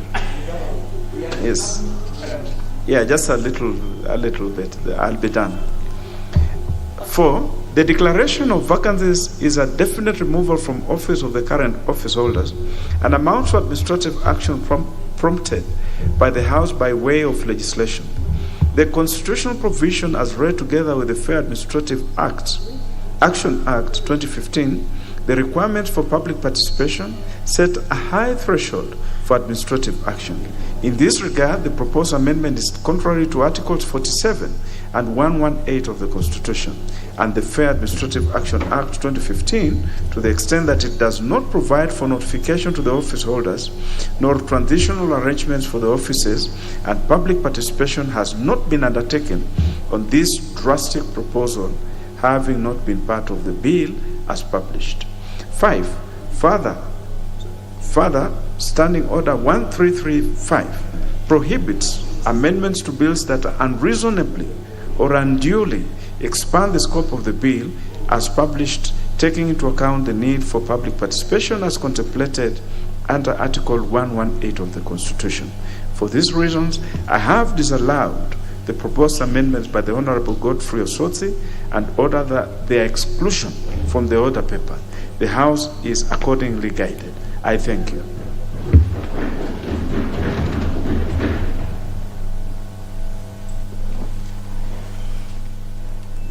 Order number 11, Committee of the Whole House.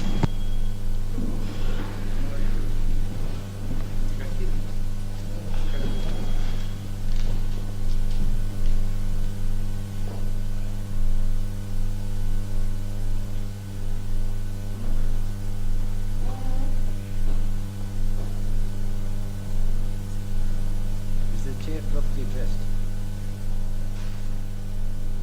Is the chair properly dressed? Huh? She's not.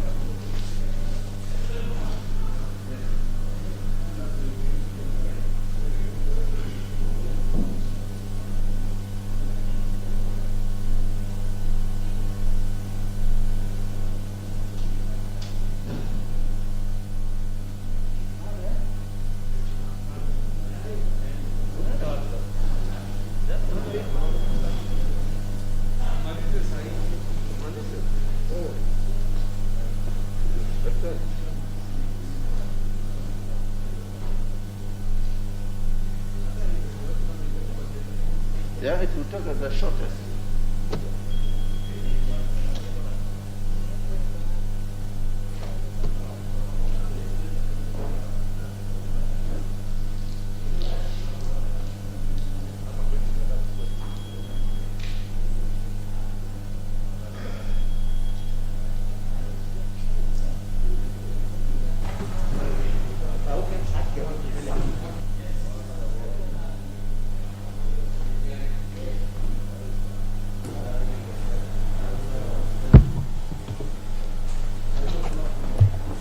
Order, members.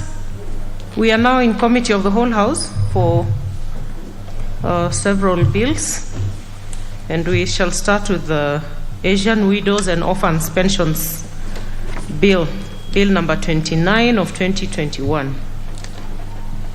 Clause 3. This clause has no amendments. And I go on to propose the question, which is that clause 3 be part of the bill. And I go on to put the question, which is that clause 3 be part of the bill. Will as many as of that opinion say aye? Aye. Will as many as of a contrary opinion say nay? Aye. The ayes have it. Clause 4. Clause 4, we have a proposed amendment.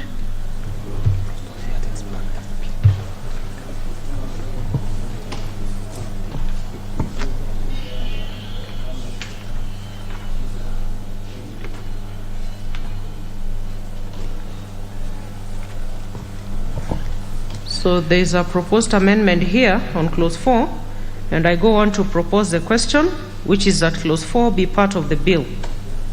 Mover? Honorable Mwalika.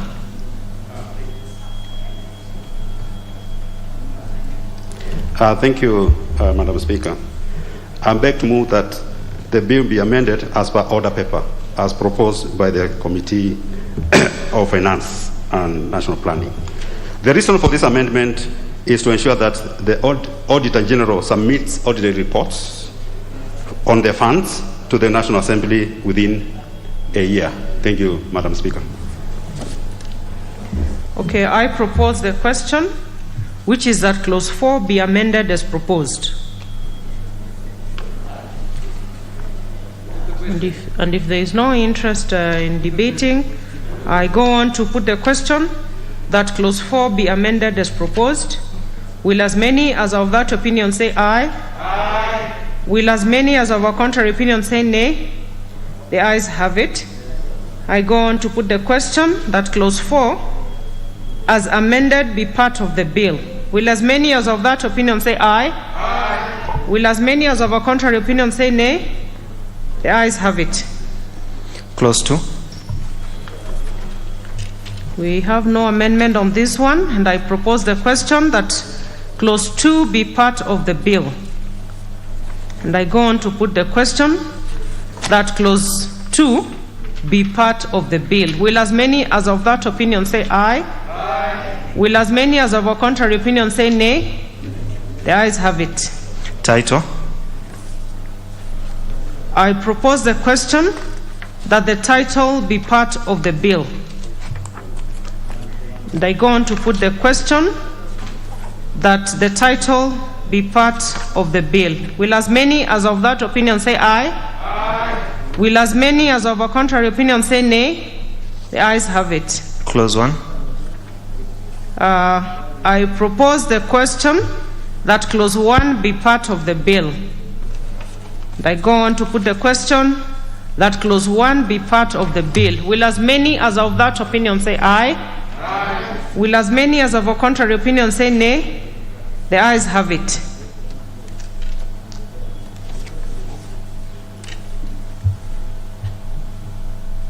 I go on to now call on the mover of the bill to move reporting. That should be the leader of majority. Yeah. Yes, Honorable Chairperson, I beg to move that the committee do report to the House its consideration of the Asian Widows and Orphans Pensions Repeal Bill, National Assembly Bill number 29 of 2021, and its approval thereof with amendments. And I go on to put the question for reporting, which is that the committee do report to the House its consideration of the Asian Widows and Orphans Pensions Repeal Bill, National Assembly Bill number 29 of 2021, and its approval thereof with amendments. Will as many as of that opinion say aye? Aye. Will as many as of a contrary opinion say nay? The ayes have it.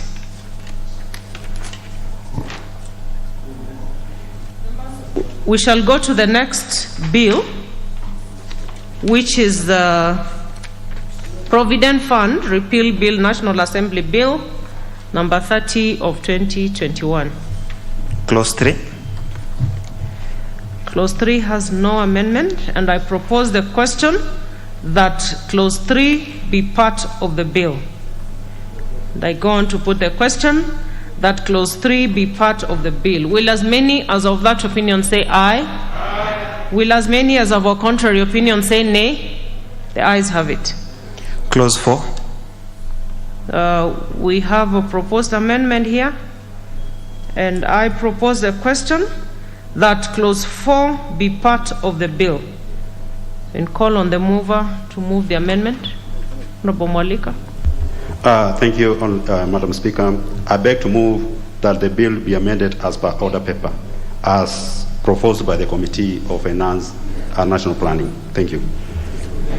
The reason for this amendment is to ensure that the Auditor General submits ordinary reports on the fund to the National Assembly within a year of audit. Thank you very much.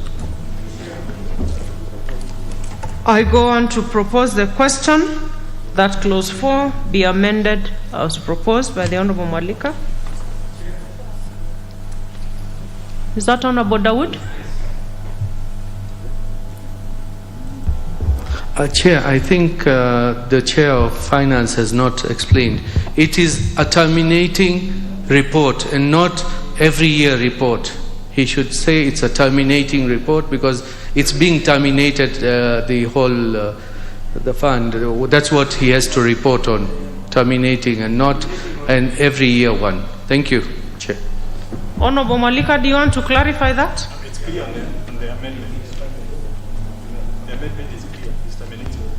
Yeah, thank you. I agree with the Honorable Daoud. It's a terminating report. Thank you. Okay. Can I go on to put the question? I put the question, which is that clause 4 be amended as proposed. Will as many as of that opinion say aye? Aye. Will as many as of a contrary opinion say nay? The ayes have it. I go on to put the question that clause 4 as amended be part of the bill. Will as many as of that opinion say aye? Aye. Will as many as of a contrary opinion say nay? The ayes have it. Clause 2.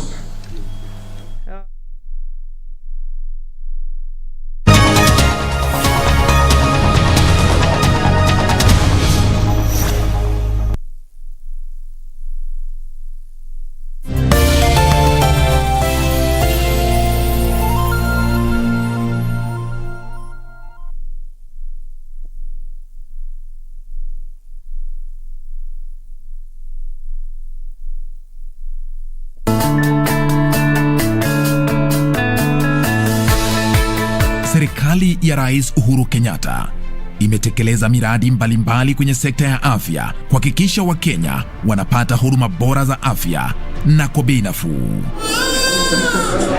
Wiki hii kwenye Project 254. The Kenya we want is one in which no Kenyan should leave the country so as to receive the medical care they require. Kila mtu amefahamu kuna linda mama na anakuja hospitalini na anasaidika hapa. Ikiwa ni operation ni bure. Ikiwa atazaa mwenyewe pia ni bure. Hakuna mtu anafaa kukosa kupata huduma ya afya akienda kwa hospitali ya serikali.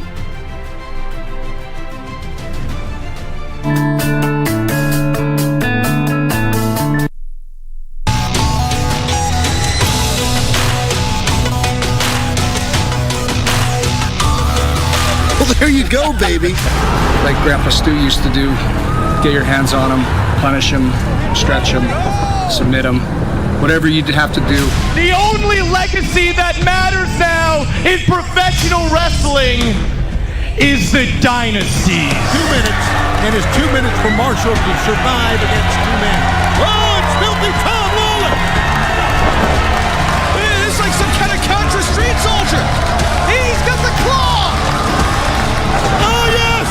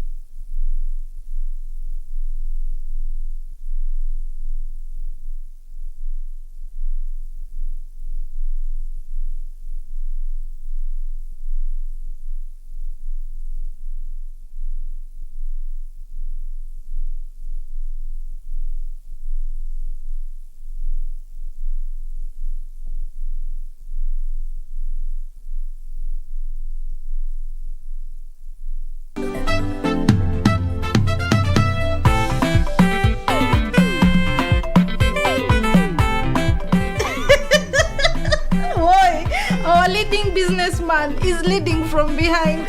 Daimati Kinyanjui. Hii si haki. Kusema kweli nilipaswa kwa nimemaliza masomo siku ya leo. Na sio malize by the way, nani amekukataza? Na unasinya by the way. I, Theophilus Atito, from Kisumu City, the land of the great people, I'm vying for the topmost position of this institution. Atito, you can make me your first lady. Mr. Man, what is funny? Nothing, I just wanted to know how it feels to have a trance.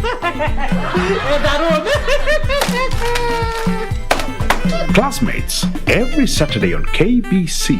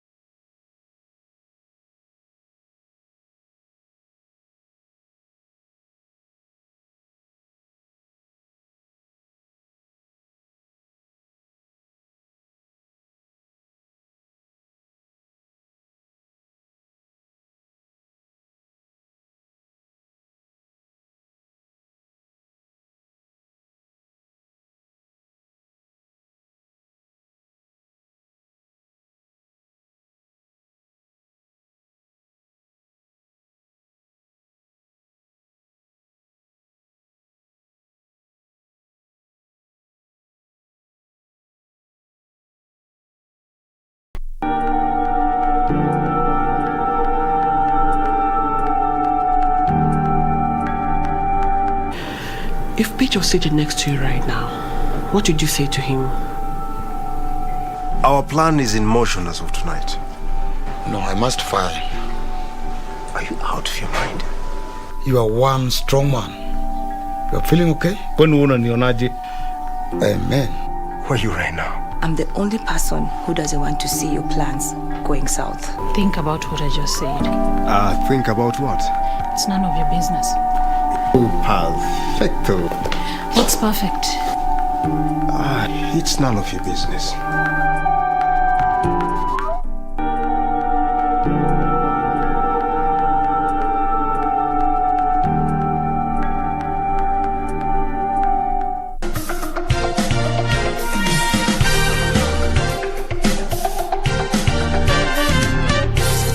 When I was admitted, I could pay. I did my own transaction. I paid for my admission. Yes, yeah. But by the time I'm being discharged, I couldn't see my phone. Wow. So I couldn't pay for my. Someone else had to do it.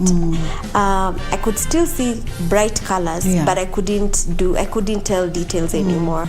And that's when it hit me that I'm actually going to lose my sight completely. I begged to die so many times.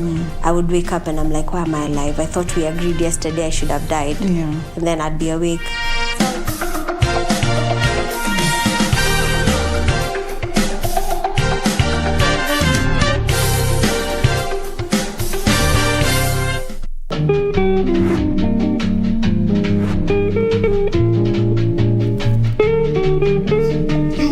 Not done full payments. When you of me impregnating you. Of when a doctor. You've only done a down payment. Can you listen? I am helping Kenyan men do their job. I have helped your men. I am saying you keep quiet. Can you keep quiet, Dr. Fonike? What proof do you have that I've been the impregnator? The child has not been born. The fact that you have impregnated another woman now come damp. Damp. That means you can also do the same to me. Had your sister been impregnated before? My sister's never been. No man has been able to do what I've done in this court today. 2 women are carrying my own. Call me a miracle worker.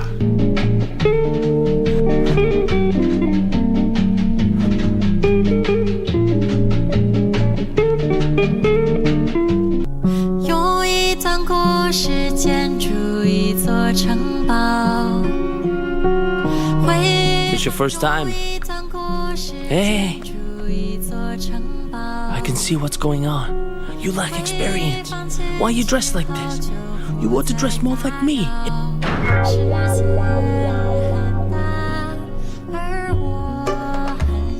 Hey, and what was it? I'm so glad we went with ping pong. Lucky. Hey? Yeah. 用一段故事建筑一座城堡，会放弃。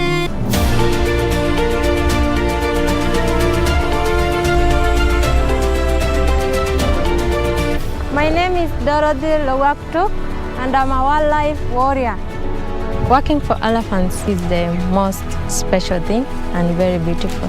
This is the first community-run elephant orphanage in Africa. They will not make in life if they are not with their families. We get them and rehabilitate them, instead of leaving them to suffer in the wild.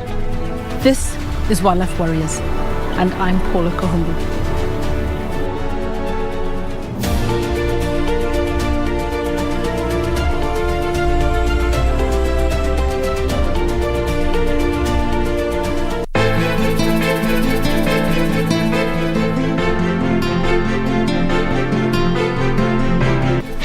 Vituko vyako na lugha ambazo sielewi, mimi sitaki kwa nyumba yangu.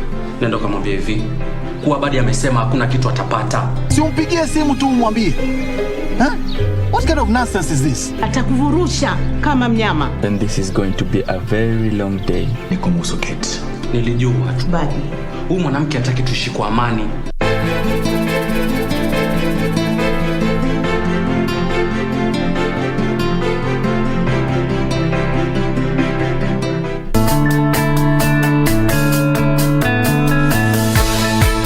Serikali ya Rais Uhuru Kenyatta imetekeleza miradi mbalimbali kwenye sekta ya afya kuhakikisha Wakenya wanapata huduma bora za afya na kwa bei nafuu.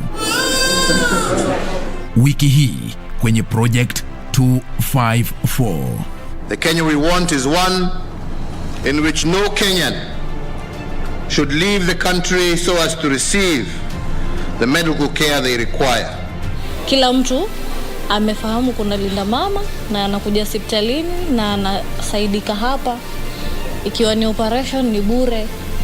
Ikiwa atazaa mwenyewe pia ni bure.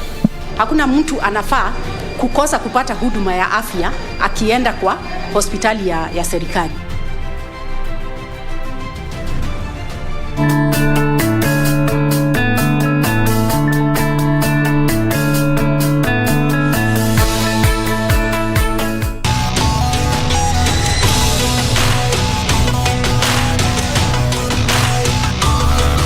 Well, there you go, baby. Like Grandpa Stu used to do, get your hands on him, punish him, stretch him, submit him, whatever you'd have to do.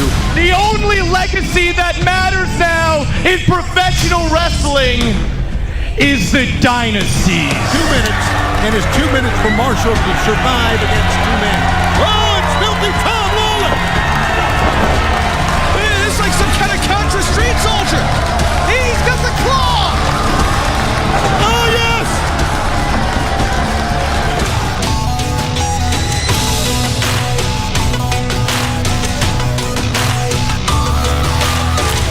Diana! Diana! Listen, Sabina, don't think that I'm going to plead with you the way that your father does. I'm not as accommodating as he is. So please get with the program. Guillermo Saldivar? Yes.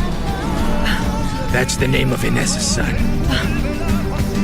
Now I wonder what you are. Our lawyer informed me that they're going to reopen an investigation on Vicente's case. This time, Victoriano, that lying murderer, is going to pay for his crime with